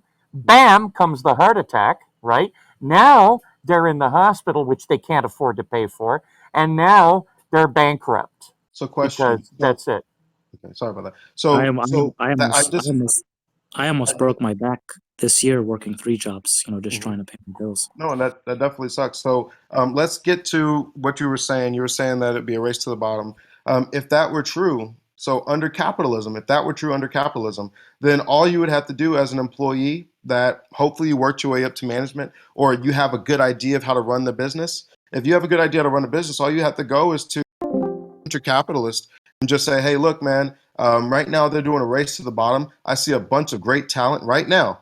Yep, start your own business. That is correct. It is not hard. Any employee, once you've mastered the craft, there's a lot that goes into a business, right? So if you feel like you can do it all, you don't have to go to a bank, bro. You can go to a venture capitalist. You can go to private money. But it's not the startups. It's not the startups that employ the most people, right? Well, And small and it used to businesses be. It employ the used to most be. people, It right? actually used to be small businesses that employed the most people. But Oh, it's because it now. got Amazon. But now the big companies are beginning to close the gap. Okay, Yeah. the It's Amazons and the not so much and the Uber. Walmarts. The It's Walmarts in Uber. decline, If you but count Uber, they're then yeah. they're they're beginning to close the gap. Well, Uber. I mean, Uber. You know, to be an employer, to be an Uber type employer. I mean, you've got the best of all worlds. You've got employees that you have almost no obligation to whatsoever. You can cut Mhm. them loose whenever you want to. If your Mhm. employee does something that would be actionable under any other circumstance, you could have plausible deniability because they're quote unquote private contractors.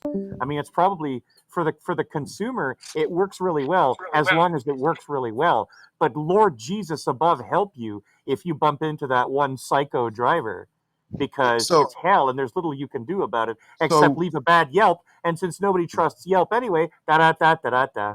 What are you gonna do? So for if you have a business like Uber and you rely on ratings, and then it came to a point where nobody could trust the ratings of Uber, then people would start using Lyft, right? So and everybody's saying you should start your own business. That's what I did.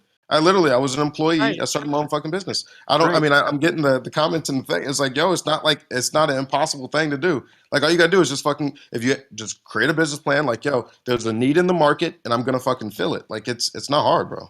But the Great. market, That's Uber fantastic. does rely on ratings, by the way. Like I That's actually know a bunch fantastic. of people on the But Uber team. is there no place for a person to simply get up in the morning, go to a job, work a good hard day's work, and be unburdened by trying to figure out whether or not they're supposed to run everything and be their own job creator, and then just go home at the end of the day and, I don't know, look after their family, which is supposed to be where the strength of a nation comes from?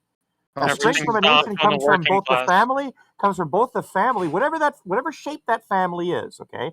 Whoever the parents are, whatever. The family plus the economy combined together creates a strength of a nation.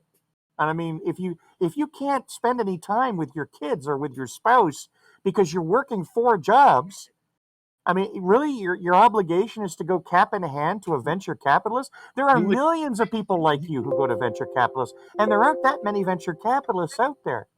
yes, Sooner or yes. later, even the dummies have to work too. There's a bunch of venture capitalists out there, bro. Yeah, a bunch, but nowhere near as many Yeah, venture no, they're capitalists as giving there would out. need to be to I've got take buddies of care of mine all who the give out unemployed literally people. billions of dollars every year. A lot of Billions. them Hey, Like fail. What up, hey, Mark hey, Cuban? Listen, man, there's a need no, not in the Mark Cuban. market, and Thank I'm and and just I'm gonna Harlow's fill it, thing. bro. So just like here's the routing number, right? Here you go. Uh-huh. Here's the account number. Where's Just your business you know, at? I'm Where's gonna your business? Where's your business plan? What have you built so far?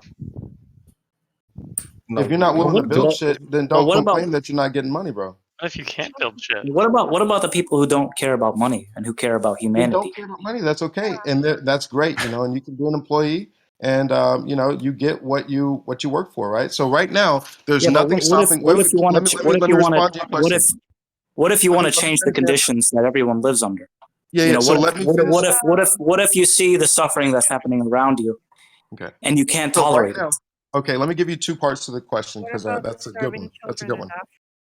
Yeah, yeah. Right. What about So my coworkers who kill there's two parts themselves to this and I question. just can't stand the sight of that? The So people right suffering now, around me. so What right now, about we're not the first operating under world? capitalism, Wait, right? what? So right Wait, now, what? What? Guys, right now, let him finish for Christ's sake. right now, we don't have a capitalist economy. We have a very mixed economy.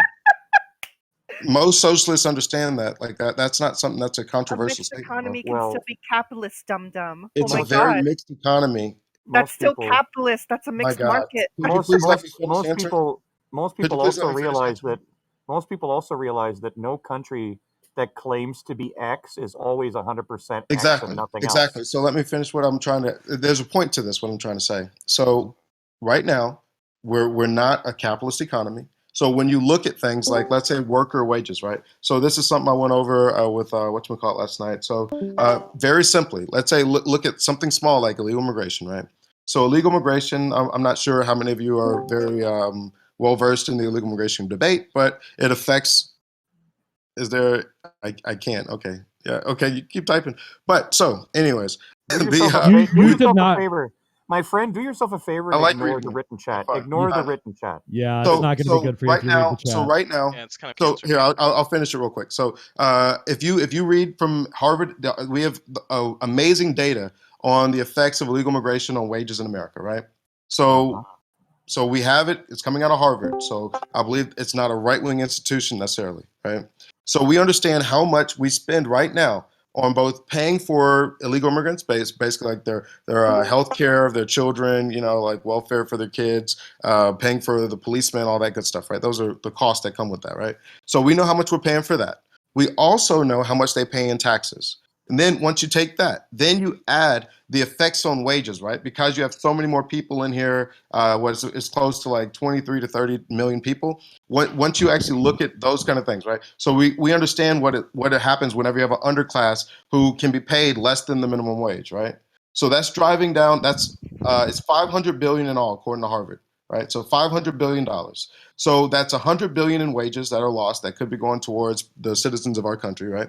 And that's 400 billion in extra profit for big companies that are using it, right? How much are we putting? When you say the citizens of our country, I consider illegal immigrants to be citizens of our country. That's okay, bro. And that right there, I don't make a distinction. I don't make a distinction between workers with legal papers and workers without legal papers. But that's Here, not here. part of what I'm saying, bro. So let me finish it real quick. And I don't necessarily disagree with you. That's just a tactic the capitalist class just let me uses to divide us. A Just let worker me is finish, still bro. a worker at the end of the day. They still Yeah, do yeah, what but they do. My citizens are the workers of the world, not the Bro, capitalists. Of the there's world.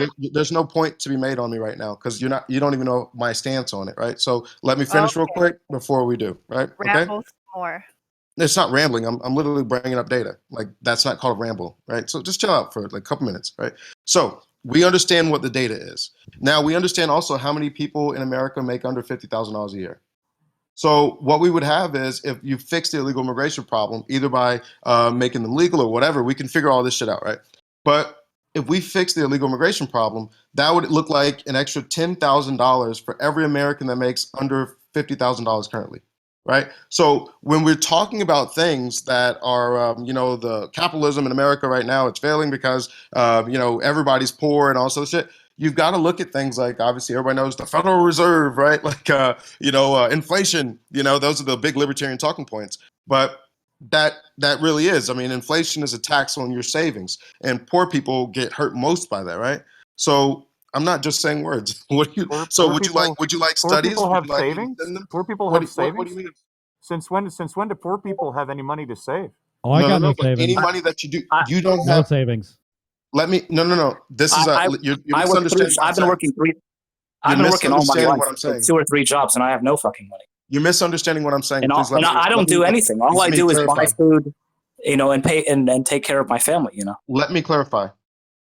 So whenever a wealthy person, they can invest, they can take their money out of the bank and they can put it into a business or any other kind of asset. They can afford appreciating assets, right? So it's almost like when you hear people say like a VAT tax. Everybody knows what a VAT tax is. How that hurts the poor more than the wealthy person. It's a very similar concept. I'm not sure how socialists feel about. I know most of them talk about a VAT tax, but I don't know if they've ever looked at how much of your income for a per person it is versus how much of the income of a wealthy person it is. But it's disproportionate. It's hurting the poor more, right? So all I'm saying is that when we know these effects, right? If I know that I can boost your salary by $10,000 just by fixing one part of our economy, right? Like, so I look at those kind of things. Like I look at that. I look at what would it look like if we had deflation in America, right? And I know there's some flawed economic arguments about why deflation is bad. I think deflation is good. Obviously, if I believe in the Austrian economics, I don't know if any of you follow that. More than likely not. But deflation I would be know great. what the Austrian school is. I said follow as in, but I like that you guys know it at least. So deflation for us is a great thing. Stable money, strong currency is a great thing because that means every year. Even if you got paid the same amount, you'd be able to afford more. It's great. You know what I mean? So it's like giving you a raise without even having to touch the dollar amount, right? Because there's this thing called sticky wages. If I'm sure everybody here that is on the economics channel probably knows what they are. So what you have is sticky wages at the top and the bottom. Even if I make prices go down in society, people don't want to take less than the paycheck, and that's common sense. You shouldn't ask for it. I mean, you shouldn't have to, right? So if we can make the price of everything in society go down, though, you can afford more than you could last year, and that'd be great. So I like deflation. So, but that takes having a strong currency, you know. So that gets into the arguments against the Federal Reserve and all that shit. But so I mean, I don't know. How's everybody feeling on that one? Do you guys agree or disagree? Would you prefer inflation or deflation, or how do you guys feel on that one? You need like 6 million points, right? Nobody's going to be able to respond to anything that you said, but you know. Yeah. Okay. That Yeah, that's what I was trying to stop before I went any further. I just wanted to see like if there were any rebuttals as far as the things that I've said so far, like from illegal immigration. I you know 0.1 and instead of 0.72, right? We've Okay. already. So let we've me already go bollocked over him my on illegal that, immigration so. stance, if I could, because I know somebody had disagreement with me there. So somebody had a disagreement with me on illegal immigration because you guys believe that the workers of the world are your community. Can I ask you a Collective question? groan. What do you mean by do we like what do you think a response to do people like deflation is going to be? Like what do you expect that like an economist like minded person is going to respond to that? Well, if you're a socialist, you should want MMT, so you would like the inflation. Why? Why should a Well, socialist you want need it in monetary? order to fund your programs. So I mean, so here's what you're limited to, right? So if you study economics, you know the Romer study, right? So do you know the point of diminishing returns on the Laffer curve? Yeah, like I What is the asked you point of diminishing specific returns? question. What's the Right, I point of asked you. diminishing returns? Oh, hold on, sir. I'm not going to engage in a definition game with you at all, right? It's not I'm definite. just It's asking bro. I'm about. talking about a very specific. What percentage tax rate is too high? Look, Mate, when words are coming out of my mouth, they're not coming out of your mouth. All right, look, that's a very basic point of Can anyone answer that question, or is this something where we're just going to dodge Can you questions? just like not No, talk when other people are talking? That's all I ask, please. Well, when I Try ask to the control question, I yourself. just need an Look, answer. the Laffer curve basically says that when taxation hits a certain level, people will resist paying taxes to the point where you won't get back taxes. You'll actually get less money than if you kept taxes at a certain level. That's what the Laffer curve says. The problem with the Laffer curve is that if you inverse it and follow its logic back to the core, is that if you charge people no taxes, your coffers would be rich. Which we obviously know that's not going to be the case, right? The No. the problem, unfortunately, is that people are always going to decide that they pay too much taxes. Even when taxes barely existed, people decided they were paying too much tax. People don't want to pay. People don't want to pay tax. We People actually don't have want to. studies on this, bro. I'm People, talking about the yeah. actual literature. I'm not talking about our I'm opinions. sure they studied the living shit out of this. Yeah. But you know So what? what is it? At the end of the day, I know for a fact that if you left people to their own devices, they would fight like tigers to get out of paying all but the tiniest taxes. They get out of paying all taxes. Because ultimately people have a very tight link to what they consider to be their money.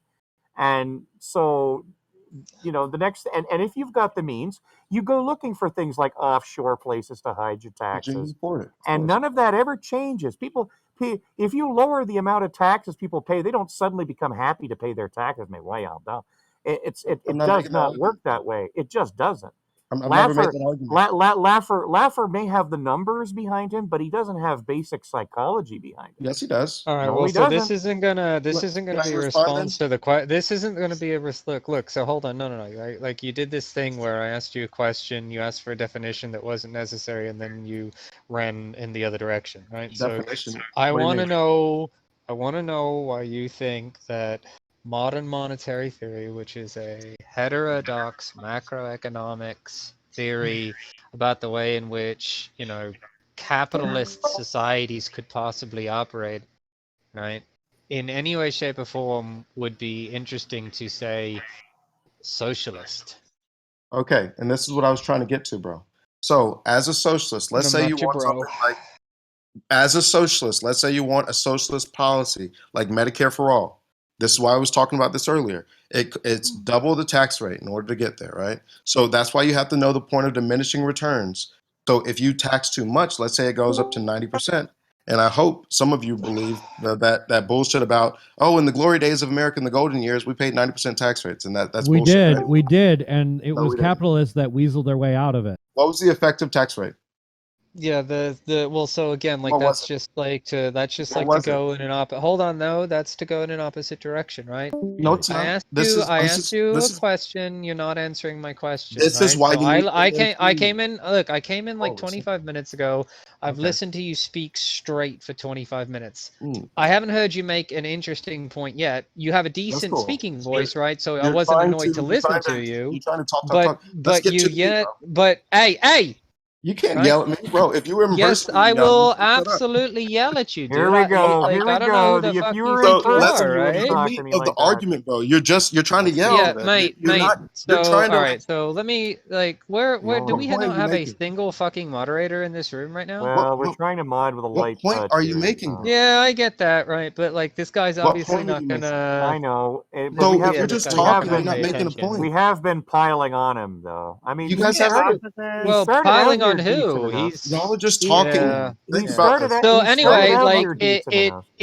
I still have yet to hear like a response. So right, it's like, I'm so trying to respond, bro, but you keep if we interrupting. take socialism, right, as like a body of like economic theory, right, from proto Marxian economists all the way to the current stuff that's being done, and the current applications of it, say in like Cambodia and Cuba and Vietnam, places like that, and we take that as a whole body of economics, right?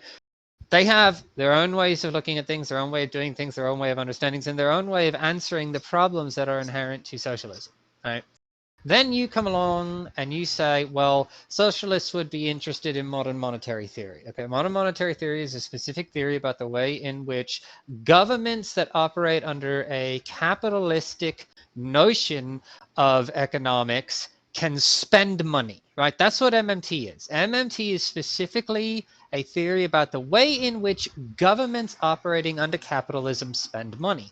It is not a theory about the way in which, under socialism, governments would spend money or create money, right? So I am still unsure of how you would look at, say, a job guarantee of last resort and a universal basic income, higher zero-sum taxation figures, and say, and socialists would like this, because it's got nothing to do with socialism. All right, are you gonna listen now? So, as I said earlier, if you are a socialist, you would want MMT because you can't do it with taxes. So you're saying, well, I just want to go to a straight up socialist economy. So if you go to the Can't do what socialist with economy, taxes? any program that you want, you're gonna have to pay for it, right? You got to pay the doctors, right? I'm confused about what you're saying, right? So You're if you saying I can't do what under socialism without taxes? Like what do you mean by that sentence? what would you like to do under socialism? Any socialist policy, I mean, most of them is going to cost you some money, right? Well, What would you even think a socialist policy is? socialism is where the workers own the collective means of policy. production, right? Oh wait, They are Kathleen got paid something right. through products of their labor, which are equally distributed, Bro, right, without profit. You're Right? trying to So like I ramble and don't. you're not So making any I points. don't understand. I don't understand again Then maybe what let me answer. I don't understand again what keep modern interrupting me. monetary theory, which is a theory about the way in which capitalist economies can spend money, which is basically the idea that What you a say is it gonna make government that does business I'm sorry. in its own currency and buys its own national debt can always fulfill its obligations to its citizens, right? Now that's modern monetary theory in a nutshell, and it does so by looking at a zero-sum understanding of the total economy. a I'm hell of an echoing echo. really badly in somebody's microphone. Yeah, there's a Right? hell of an echo Now, going on. the ability, the taxation, as far as it relates to a modern, who's got the echo? Army, do you mind putting in some headphones, bud? Army Jim Bro, please. I have noise suppression I on. need you to like, Well, it's not I need you to noise mute suppression when it's that bad. your mic when like you need to go to push to talk or something. Anyway, Yeah, when you're not using it. a modern monetary theorist doesn't think that there needs to be high taxes, right? A modern monetary theorist thinks that taxes are the way in which we control inflation, and so long as there is no hyperinflation or no long-term inflation problem, then there's no long-term debt problem, and we can continue to spend as we have been spending, right? So what a modern monetary theorist would want is the ability to alter the tax policy of the nation. Some would argue on a daily basis, where some days you might not have people taxed at all, and other days you might have it taxed at 100%, or 50%, or 20%, or 30%, right? That would be a modern monetary theorist wet dream right there. Total daily control of tax rates, such that they can perfectly control inflation, because that's what they think the best way to control inflation is, through fiscal policy.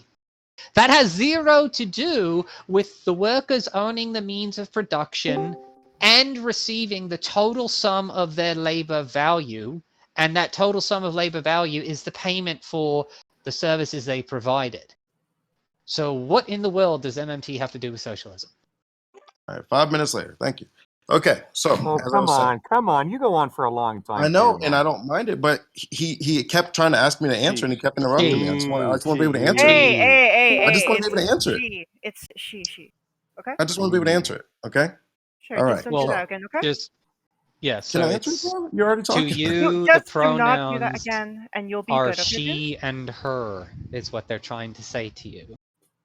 Who? What are you talking about? Me. room. When you address me, you will address me with female Bro, pronouns. I That's can't what they're see telling you. you. I don't know you. I don't know you. So how about this? I'm just gonna talk to the room. So the room. See me now? The room. See I don't me know now? you. Oh I my don't god, care, you didn't need bro. to do that. I really don't care. I don't care. I'm trying to talk to the room. Okay.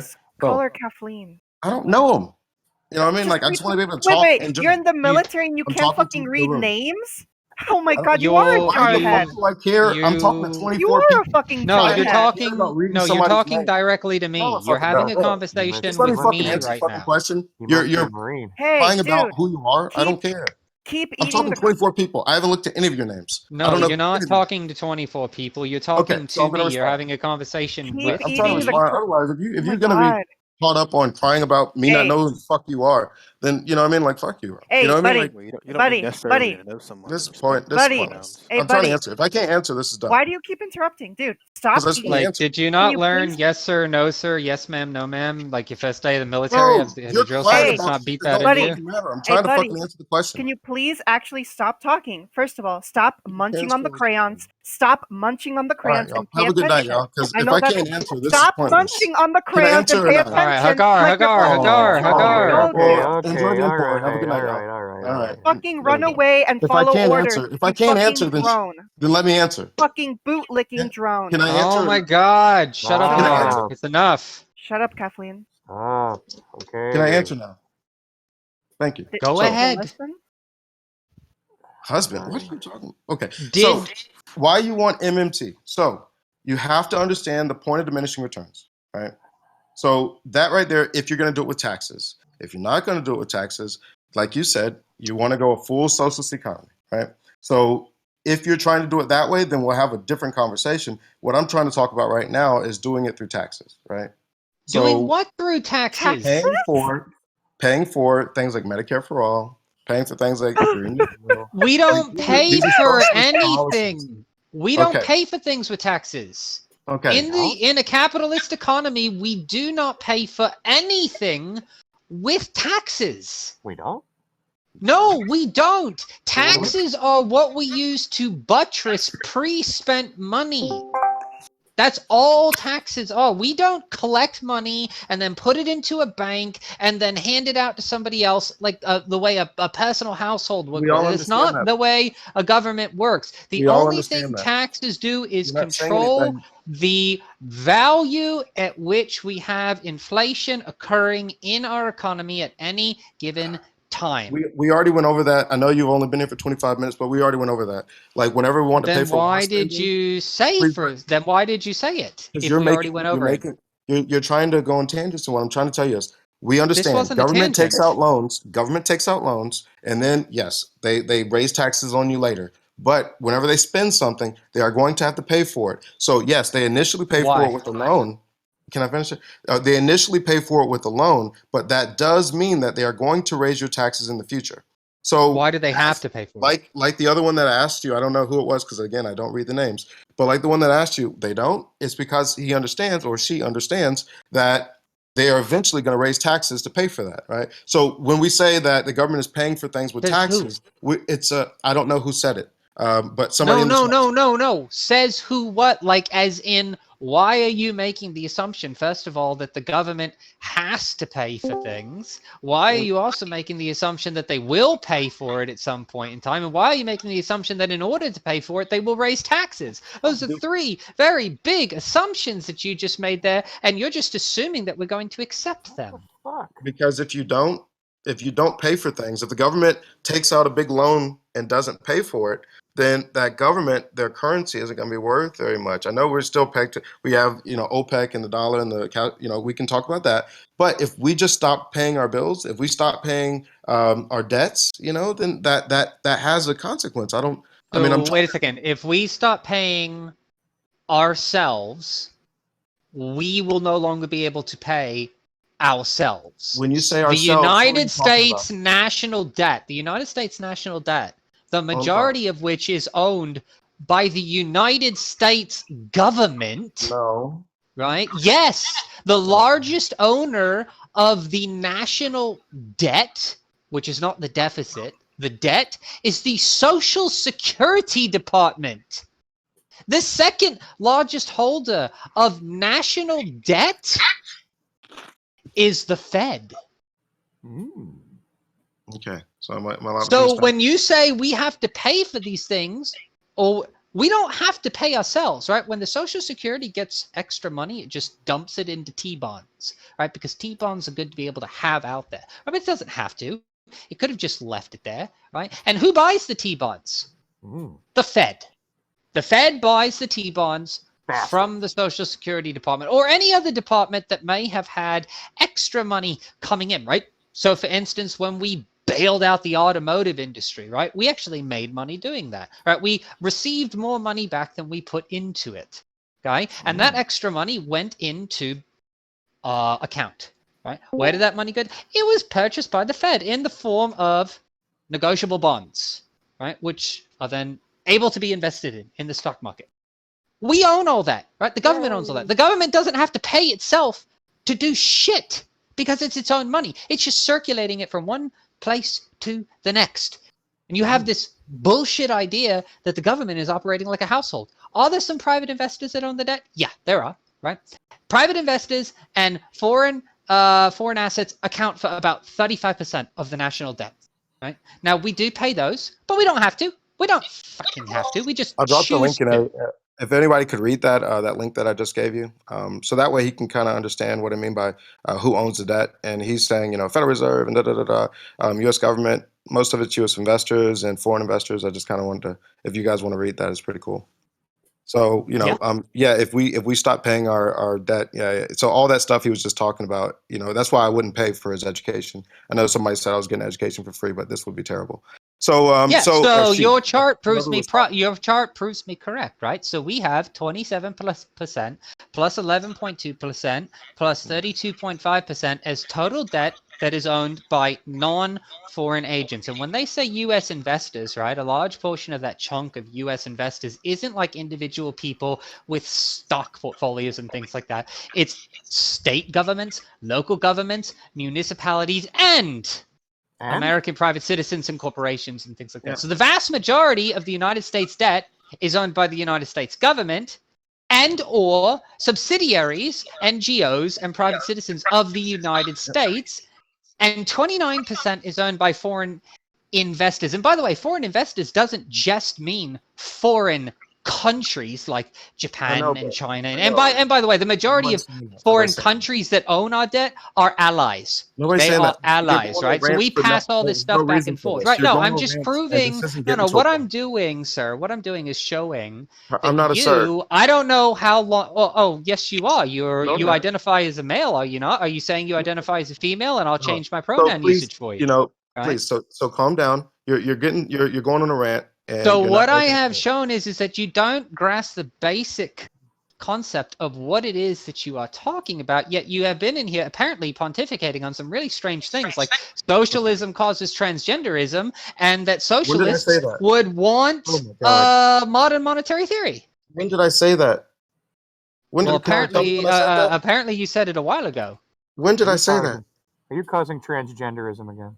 Oh my goodness. Okay. Anyways, whoever told you that lied. Okay. So that's silly, you know. But anyways, so as I was saying about why you would need MMT, because you're gonna want to pay for things, right? So this is why. Let's talk about paying for things through taxes. Then we can go into a purely socialist economy, and we can talk about that. But first, let's talk about doing it under capitalism, and let's talk about doing it with taxes. Okay.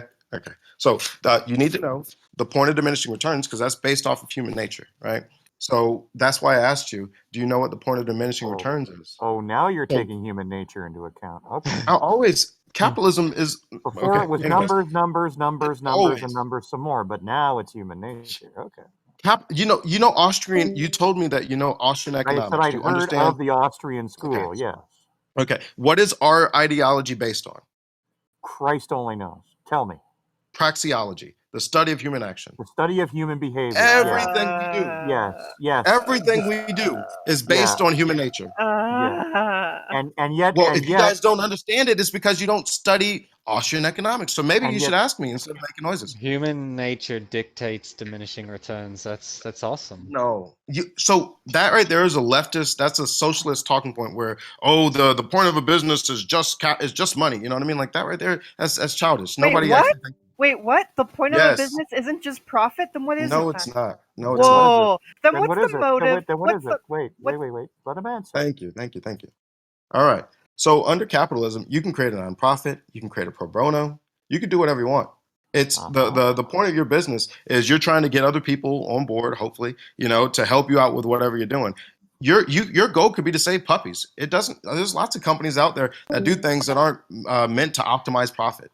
You know what I mean? Like if you're talking about corporatism's ability to isolate individuals from what their organizations do financially, then okay, but you No. don't need capitalism for that. He's not talking about that. He's comparing 501c3s and non-corps to corporations, right? He's Even trying to large say that corporations. they're he's trying to say Even that large they're a corporations. charity. He's trying to say that because charities exist, therefore the purpose of, business is not to generate profit in a capitalistic society. Oh my Even- God, the even echo. large We have companies- got to do something about that Isn't it echo. like the whole So- So here, even large companies in today's economy, right, which isn't fully capitalism, we already talked about that. But even still, What do you mean by there that? are It's many. not fully capitalist. It is Uh, fully we capitalist. talked about- What do you? No, it's not fully- No. You said that, and Why are no you one raising your voice? agreed with you. It was laughed at in chat, That and is- passed it. But now you you think that said we it don't have a again, mixed so economy? we might as well talk about it again. You think we have a laissez-faire economy? What do you Oh my mean by we don't operate in a true capitalism? Is this just our economy isn't picture perfect? What was written down in a theory book 300 years ago, therefore it's not a thing. He just Why are means you strawmanning my argument? He just means that the government is stepping in and interfering, Thank you, right? thank you. You mean like When the government does capitalism? something, yeah, Gotcha. give me the little joke and all the Regulation? stuff that proves that you don't study economics. I Go guess for it. we'll just ask him a simple question. Do you Neither believe- do you, dude. You don't Wait, study economics. Hey, Kathleen, Well, some people understood what I was saying, so thank wait, you. hold on. I just want to ask him something. Wait, hold on. That army boy or whatever. Yeah, what's up? Do you believe that any form of government intervention within the market, do you think that diminishes any aspect of capitalism? Any central planning is not capitalism, right? So the purest form, if you're looking for like a definition, is when you have central planning. Laissez-faire, like complete laissez-faire. That So, is like, capitalism, yes. So let me just tell you Whenever this the right government, yeah, sorry about that. Go for it. Let me just tell you right now, a pure laissez-faire can't exist nowadays. Go to any place in the world, you can't have a pure laissez-faire like capitalist economy. There has to be some Pure level of laissez-faire regulation. never existed, Hagar. It's never existed in any practicality anywhere at any point in time. There has always been a state apparatus to regulate things. And in fact, you can't have corporations and things like that without the state there to provide as a functionary for those corporations. Not Well, capitalists If what Why are he you is yelling at saying me? is that capitalism is this pure fucking erudite theory, then we've Basically, never had ANCAP. capitalism. Yeah, we've never had Capitalism. capitalism, I but that's never just said we did. dumb, right? I, That's You just a guys would dumb tell me that you position. never We had do have socialism. So why are you capitalism, saying we right? anything's have dumb? had Wait a second. socialism. Wait Wait a a wait. second. minute. We have I'll had bite that bullet. socialism. I'll fucking The bite fuck the is wrong bullet that with we You're gonna tell me you? had about socialism. and We've had We have stateless, classless socialisms. society. We have okay, go for it. socialisms right now. We have socialisms Okay. right now. Right. Cambodia is a socialism. Great. Vietnam is Glad a you guys are socialism. admitting it. Cuba is a Take I socialism. don't this. think Take these. Kathleen, careful what you. And now Yeah, the yeah. Look, Take socialist, this. and look, now the Hagar, left implodes on itself. Yeah, Take look, this. Hagar, Right? I will agree that Cambodia and Vietnam have corruption and have Oh. acquiesced to certain parts of the Communist Chinese Party's way of doing things. They are still socialisms. Thank you. I don't Thank you. I'm Most know still socialists won't admit how. blind that. But okay. I appreciate you. You are the best person of the day. Most socialists won't agree to that, but you did No, because no, you're no, gonna now. no, You got to eat no, that no, no. now. See, Eat Now I what? can. I'm Now I very can. proud. Hold on. I'm very Eat. proud of, I am extremely proud of the progress Thank that you. Vietnam and Cambodia and Laos have made in their adventures into socialism in spite of constant embargo and the boot of the Western imperialist thug on their neck, right? I'm very proud of the fact that Vietnam, after being bombed into oblivion and having half its population wiped out by napalm, has been able to rebuild itself into one of the fastest growing economies under a single state planned economy in the world. How many billions do they get from around the world? Trillions. Come on. Maybe. So I know you guys don't want to have to defend that. So let's get back to what I was trying to say. How many? You mean Even foreign other aid? socialists don't want to defend that because they know it's a losing Wait a second. proposition. Do you mean foreign aid? Well, if you're Like how you much do can't they say get in like foreign aid? let's say you have an island. Let's say you have an island where you have Oh, pure yes, socialism. If you're getting trillions of dollars dumped on you, you can't then say, well, socialism is doing great because nobody would try to have that argument. So let's get back to what I was trying to get to. What do you mean by dumping on? Who's dumping it on them? What do you mean by? That's why I asked you. Do you mean Also, foreign aid? Kathleen, Yes. Cambodia is a Well, Vietnam constitutional doesn't monarchy. receive a large amount of foreign aid from After the war? anybody. Since the war. Okay. Hey, Okay. No, Well, Cambodia. anyways, they were left to their own. They were basically Oh, left to wait, their own there's- devices. We pulled out and we just said, ah, well, fuck them, you know. Okay. And turns out, you know, we came back and they managed to, with very little help from, I mean, China didn't really help them that much Oh to my rebuild only themselves. They're not perfect, right? But They received like $2.2 billion, which is like basically nothing, especially over the course of 20 years. 2.2 billion. Yeah, Yeah, that's like $1 per citizen per like 2 years. Hey, come on! Everybody had fun in Uncle Pol Pot's rumpus room for a while, and then we got back to normal. Yeah. Oh, that was terrible. But yeah, so I don't think you guys want to defend all that. But let's get back to what I was trying to talk about. Under the taxation, and I'm perfectly willing to go down the MMT pure socialist rabbit hole as well. You know, I'm not mad about it. You know what I mean? So don't talk about them having a. Oh, She's wait, talking to wait, me. if I may, She's I'll trying. make She's I trying to literally throw did- mud because she can't control herself, right? That's okay. It's okay. Sorry, though. No. It's It's because all right. like I literally did a simple Google search in less than 5 seconds. Just careful. Yeah. So let's get. Yeah, that's why I was saying you guys wouldn't want to defend. I mean, that's just a bad one. It's not a good example. So I'm not going to No, hold you I to that. defend Nor will socialism I. until the day I die. Yeah, I know, but I'm not going to call that pure socialism if you guys don't want to or girls don't want to. Okay, that's fair. I mean, So I'm not gonna. I could list socialist states in history, Yeah. but I don't think there are any at the moment aside from Cuba. Yeah. Well, I don't think Or anybody wants to possibly defend Cuba. even like or possibly no, I could defend Cuba. Cuba. You want? Yeah. Okay. I mean, that'd be fun, but I mean, I don't think you'd want it. What's wrong Cuba's with Cuba? great. What's wrong Cuba. with Cuba? Well, besides the lies about their healthcare, and after you What? kill 1/7 of the, besides the lies about their healthcare, like if you're a regular Cuban citizen. And you saw what the West was being fed as far as the propaganda about how good the Cuban healthcare system is from Michael Moore, you would shoot somebody. You know what I mean? It's a pure lie. And not only Fair that, enough. there's been doctors. So their doctors, we actually tested them once, and their doctors couldn't even pass like a test that our nurses take. So you know, what I mean, when we're talking What does about that have this, to do with? Yeah, but when we talk about healthcare in Cuba, we're talking about, you know, perceived mortality, morbidity rates across multiple, you know, exactly. geographical No, I understand what you're saying. considerations. And when we compare and contrast those things in spite of the issues Mhm. in Cuba, we find that their mortality, morbidity rate is Infant comparable mortality. to Western mortality and morbidity rates, Are you it's talking about higher infant in mortality? large part than the United States. No, I'm talking about adult mortality Okay. morbidity. And the infant mortality morbidity rates, since you brought that up, are higher than the minority and people of color groups in the United States as it relates to infant mortality morbidity rates. Yeah, I'm And they've familiar done with that, and they've done that in spite of embargoes and CIA coups and propaganda and misinformation and things like that, having their economy destroyed. You know, Cuba used to be the third largest economy in the Western Hemisphere. We Then managed to socialism. destroy that. No, not until socialism, I until know. the So United let's States embargo of that country, because we used to get most of our sugar from Cuba. We no longer get most of our sugar from Cuba, and the reason that we embargoed it was because Florida wanted to grow sugar. Well, partly, yeah, definitely. That is Kathleen, partly. That is partly I would true. help you out. So, Kathleen, I would help you out in defending Cuba, but I'm in a grocery store. So, you know. so let's talk about so the Hey, infant mortality God rate. bless So, you, Mikolash. God bless you. so let's talk about the infant mortality rate, right? Like this is one of the big things that, and then they talk about life expectancy and stuff like that, right? So there's a really great paper. I'll actually link it. But really, what you're looking at is first off, Cuba is not telling the truth about the infant mortality rate, and then even outside of them lying about their numbers, they force the mother. If you're about to have a kid and you have any form of like, let's say the kid might not make it.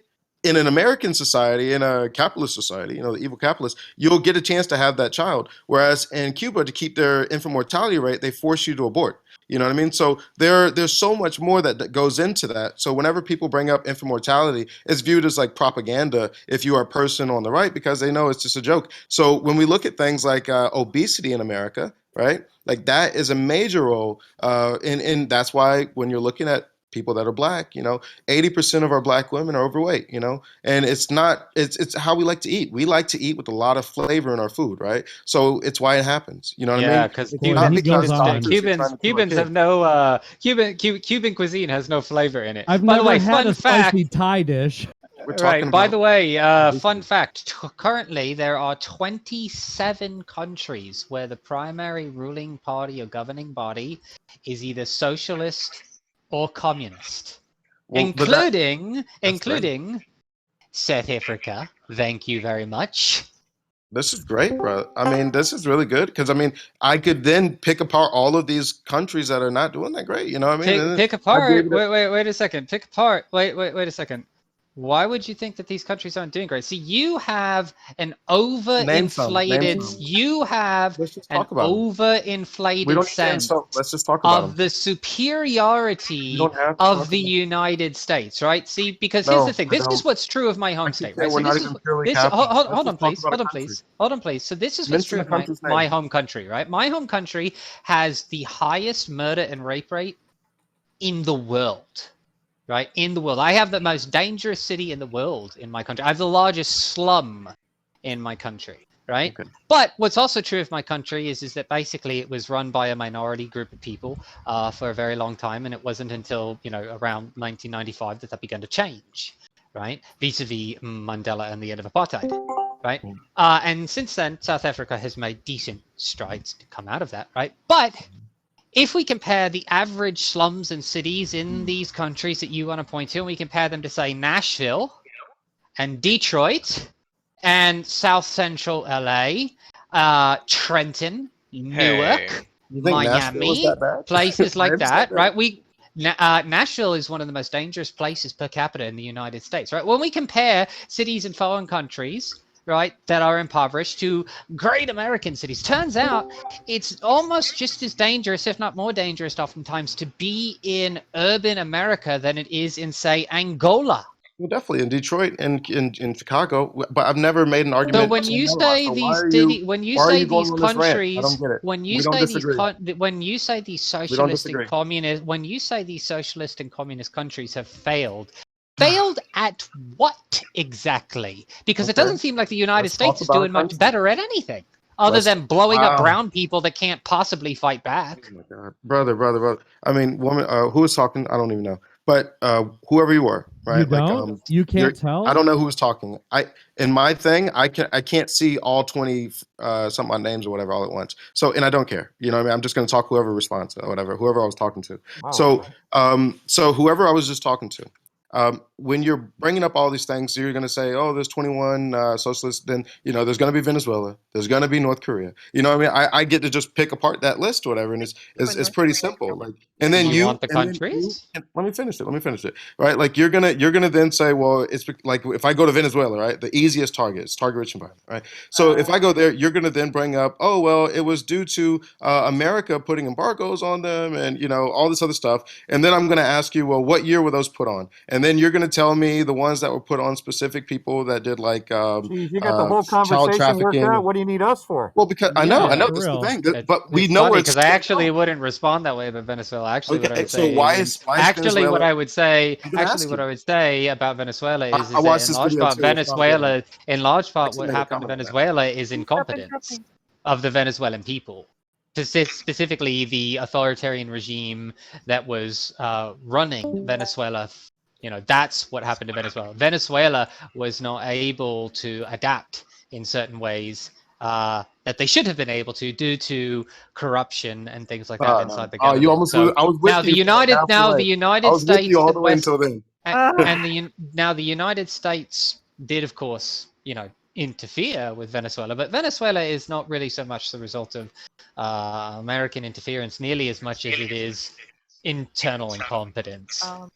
All right. So here's my question. So why is it that every single thing that failed in Venezuela is 100% aligned with Austrian economics? Like it was things that we predicted exactly what would happen, right? So when you're saying, what was that?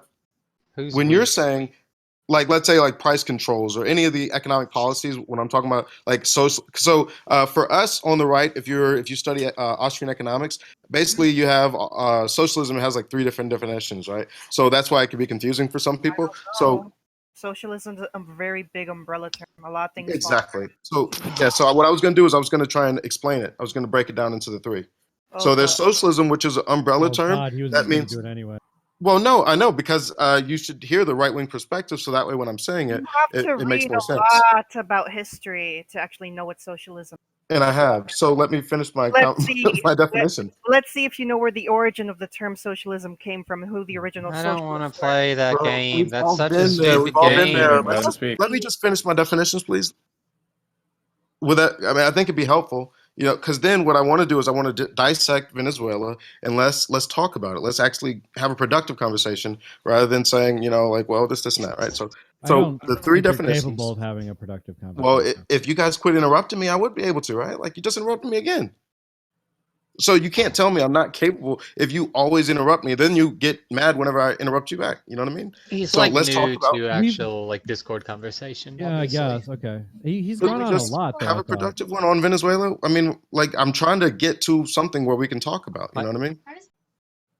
Well, you still haven't been able to answer the most basic question of why a socialist would adopt MMT, right?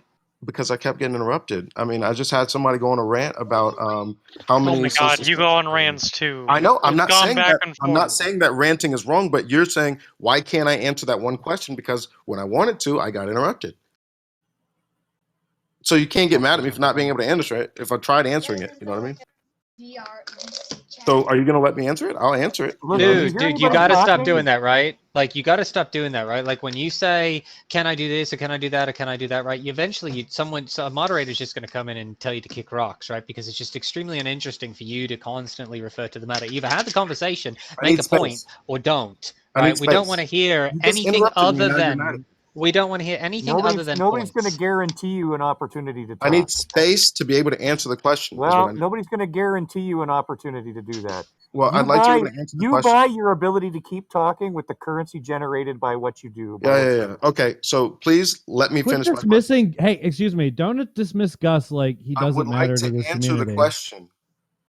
Okay, so answer I would the like question. to answer the question. Stop asking us if you can answer the question. The reason why MMT is needed is because that's why I kept going back to the point of diminishing returns, which it sounds like nobody in the chat room knew.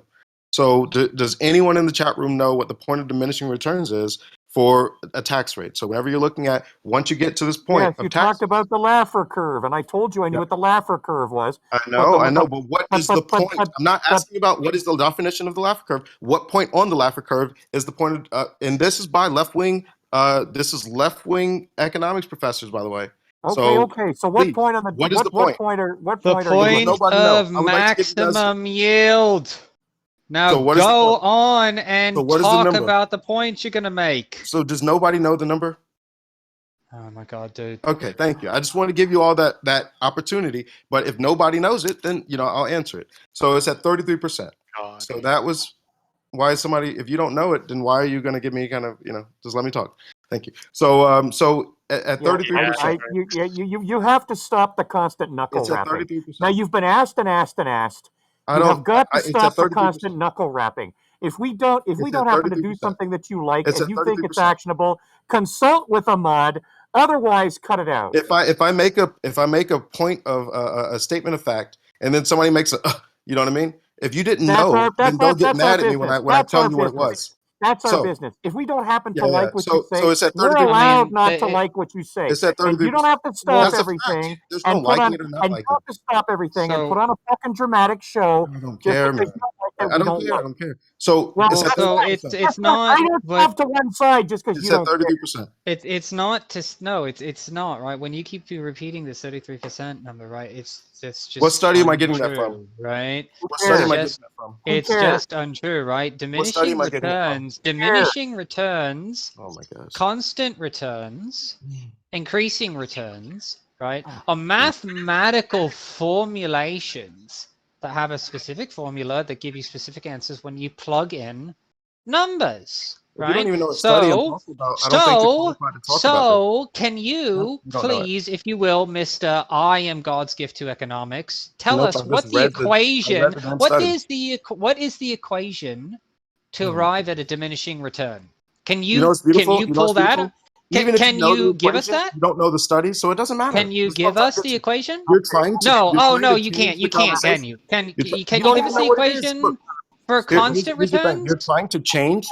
So this is why I keep No. answering Okay. questions What about because you increasing keep jumping in. returns? You keep Can jumping you give in. us the formula for increasing Just let returns? him finish, for the love of God. No, you can't. Okay, so Why can't you basically, let me you finish? can't. Basically, Look, what you I did, just right, want to is finish you it. found. Basically, So, what you whoever. did, right, is you found a Army boy, specific just let study it that has a go. specific number, right, and then you assume that that number is what it is across all externalities, right? But it is the fact that diminishing returns is just an equation, right? And when you put numbers into it, it spits numbers out, Why are you right? commenting right So now? if we were to do, say, 2 What is Housen's times law? Fi, right, What is will be Housen's greater than talking f, about for inflation? instance, the Chapter, 2 Army times boy, I, right, you get your diminishing return. That So could be what- 50%, it could be 12%, it could be 90%. We know what the actual percentage is, so this is all pointless. So now we know it's 33%.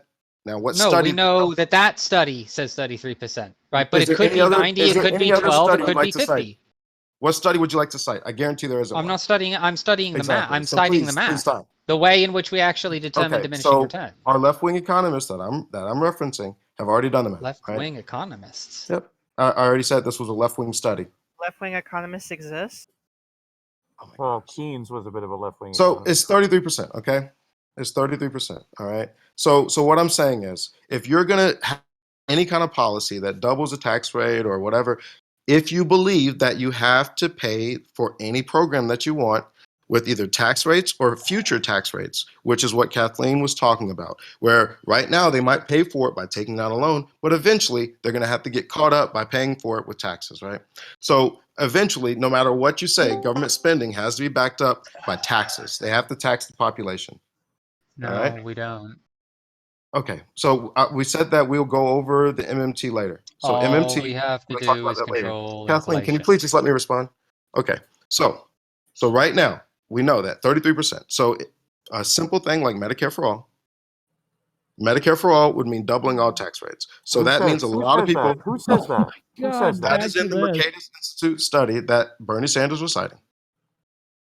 A lot of socialists have cited it. It's well, He's only every single study that you look at has it around the same number. So there is no study out there, even all the ones that Bernie Sanders was citing.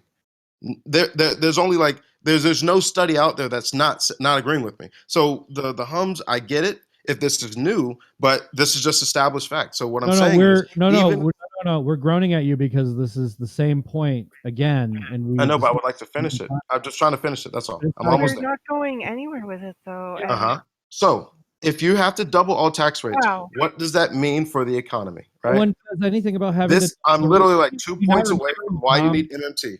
Did you not So- understand that whole thing that Tom did with you earlier? Did you not understand the point of that exercise? So if you just let me finish it. So You're if not you even have, paying attention to the room. I'm trying to finish it. We're You not want. You interested. guys kept complaining about me not being able to finish. I'm just trying to finish it. Okay. So Read the thank you, room. Matt, for Read doing the that. room. What?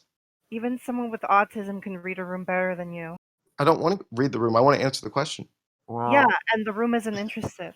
Yeah. Why ask the question and then complain that I didn't answer the question? So you're not interested. There might be some people that aren't interested, but I'm still going to answer it. So I don't care. You know what I mean? Like being mad that I'm answering a question that was asked of me is silly. You know what I nobody's mean? mad that you're answering a one's really question. Well, okay. mad. Thank you. Please Like, just let me answer. Thank you. Well, okay, You're but just the gonna be talking to like a wall. That's like, who are okay. you talking I know. to? I'm talking to socialists. Hey, you just And want to talk to hear apparently- your own Oh, voice. hey, hey. you Yeah, know yeah. what? Socialists don't care about actual economics. I I'm think an we're the immigrant. ones who give Ah, the okay, most okay. about All right, economics. all right. It's just that like it's This you're is silly. impossible to have a If I dialogue. can't answer a question, then why even having this conversation? You've Have a been good day. answering I don't know. questions for You ages. came in here looking for a Have a good day. conversation. If I So, yes, You know, and guess you what? came in here looking for a When you conversation. ask me a question in a conversation, I have to be able to respond. Well, And the then if I'm responding, and then I'm- you're interrupting me and telling me I okay, well, should respond. you said, It's "Why silly. am I here?" And I answered you. Yeah, and I'm So trying to answer. that doesn't automatically Oh my give gosh. you the right to keep talking just because we answered a question So in he's your gone, favor. he's gone. Oh my god, what a fucking garbage shit show it was. So unproductive. I So thought- stupid. What a waste of fucking time. That was like Tom unboxes from back in the day, man. Not really. Oh god. Come on. No Well, one's that gonna. was Like, like I would don't say- understand how you can complain about not being able to answer questions when you've been literally ranting after each question was asked for like 5 minutes, like per question at least, like I for wouldn't say over an hour.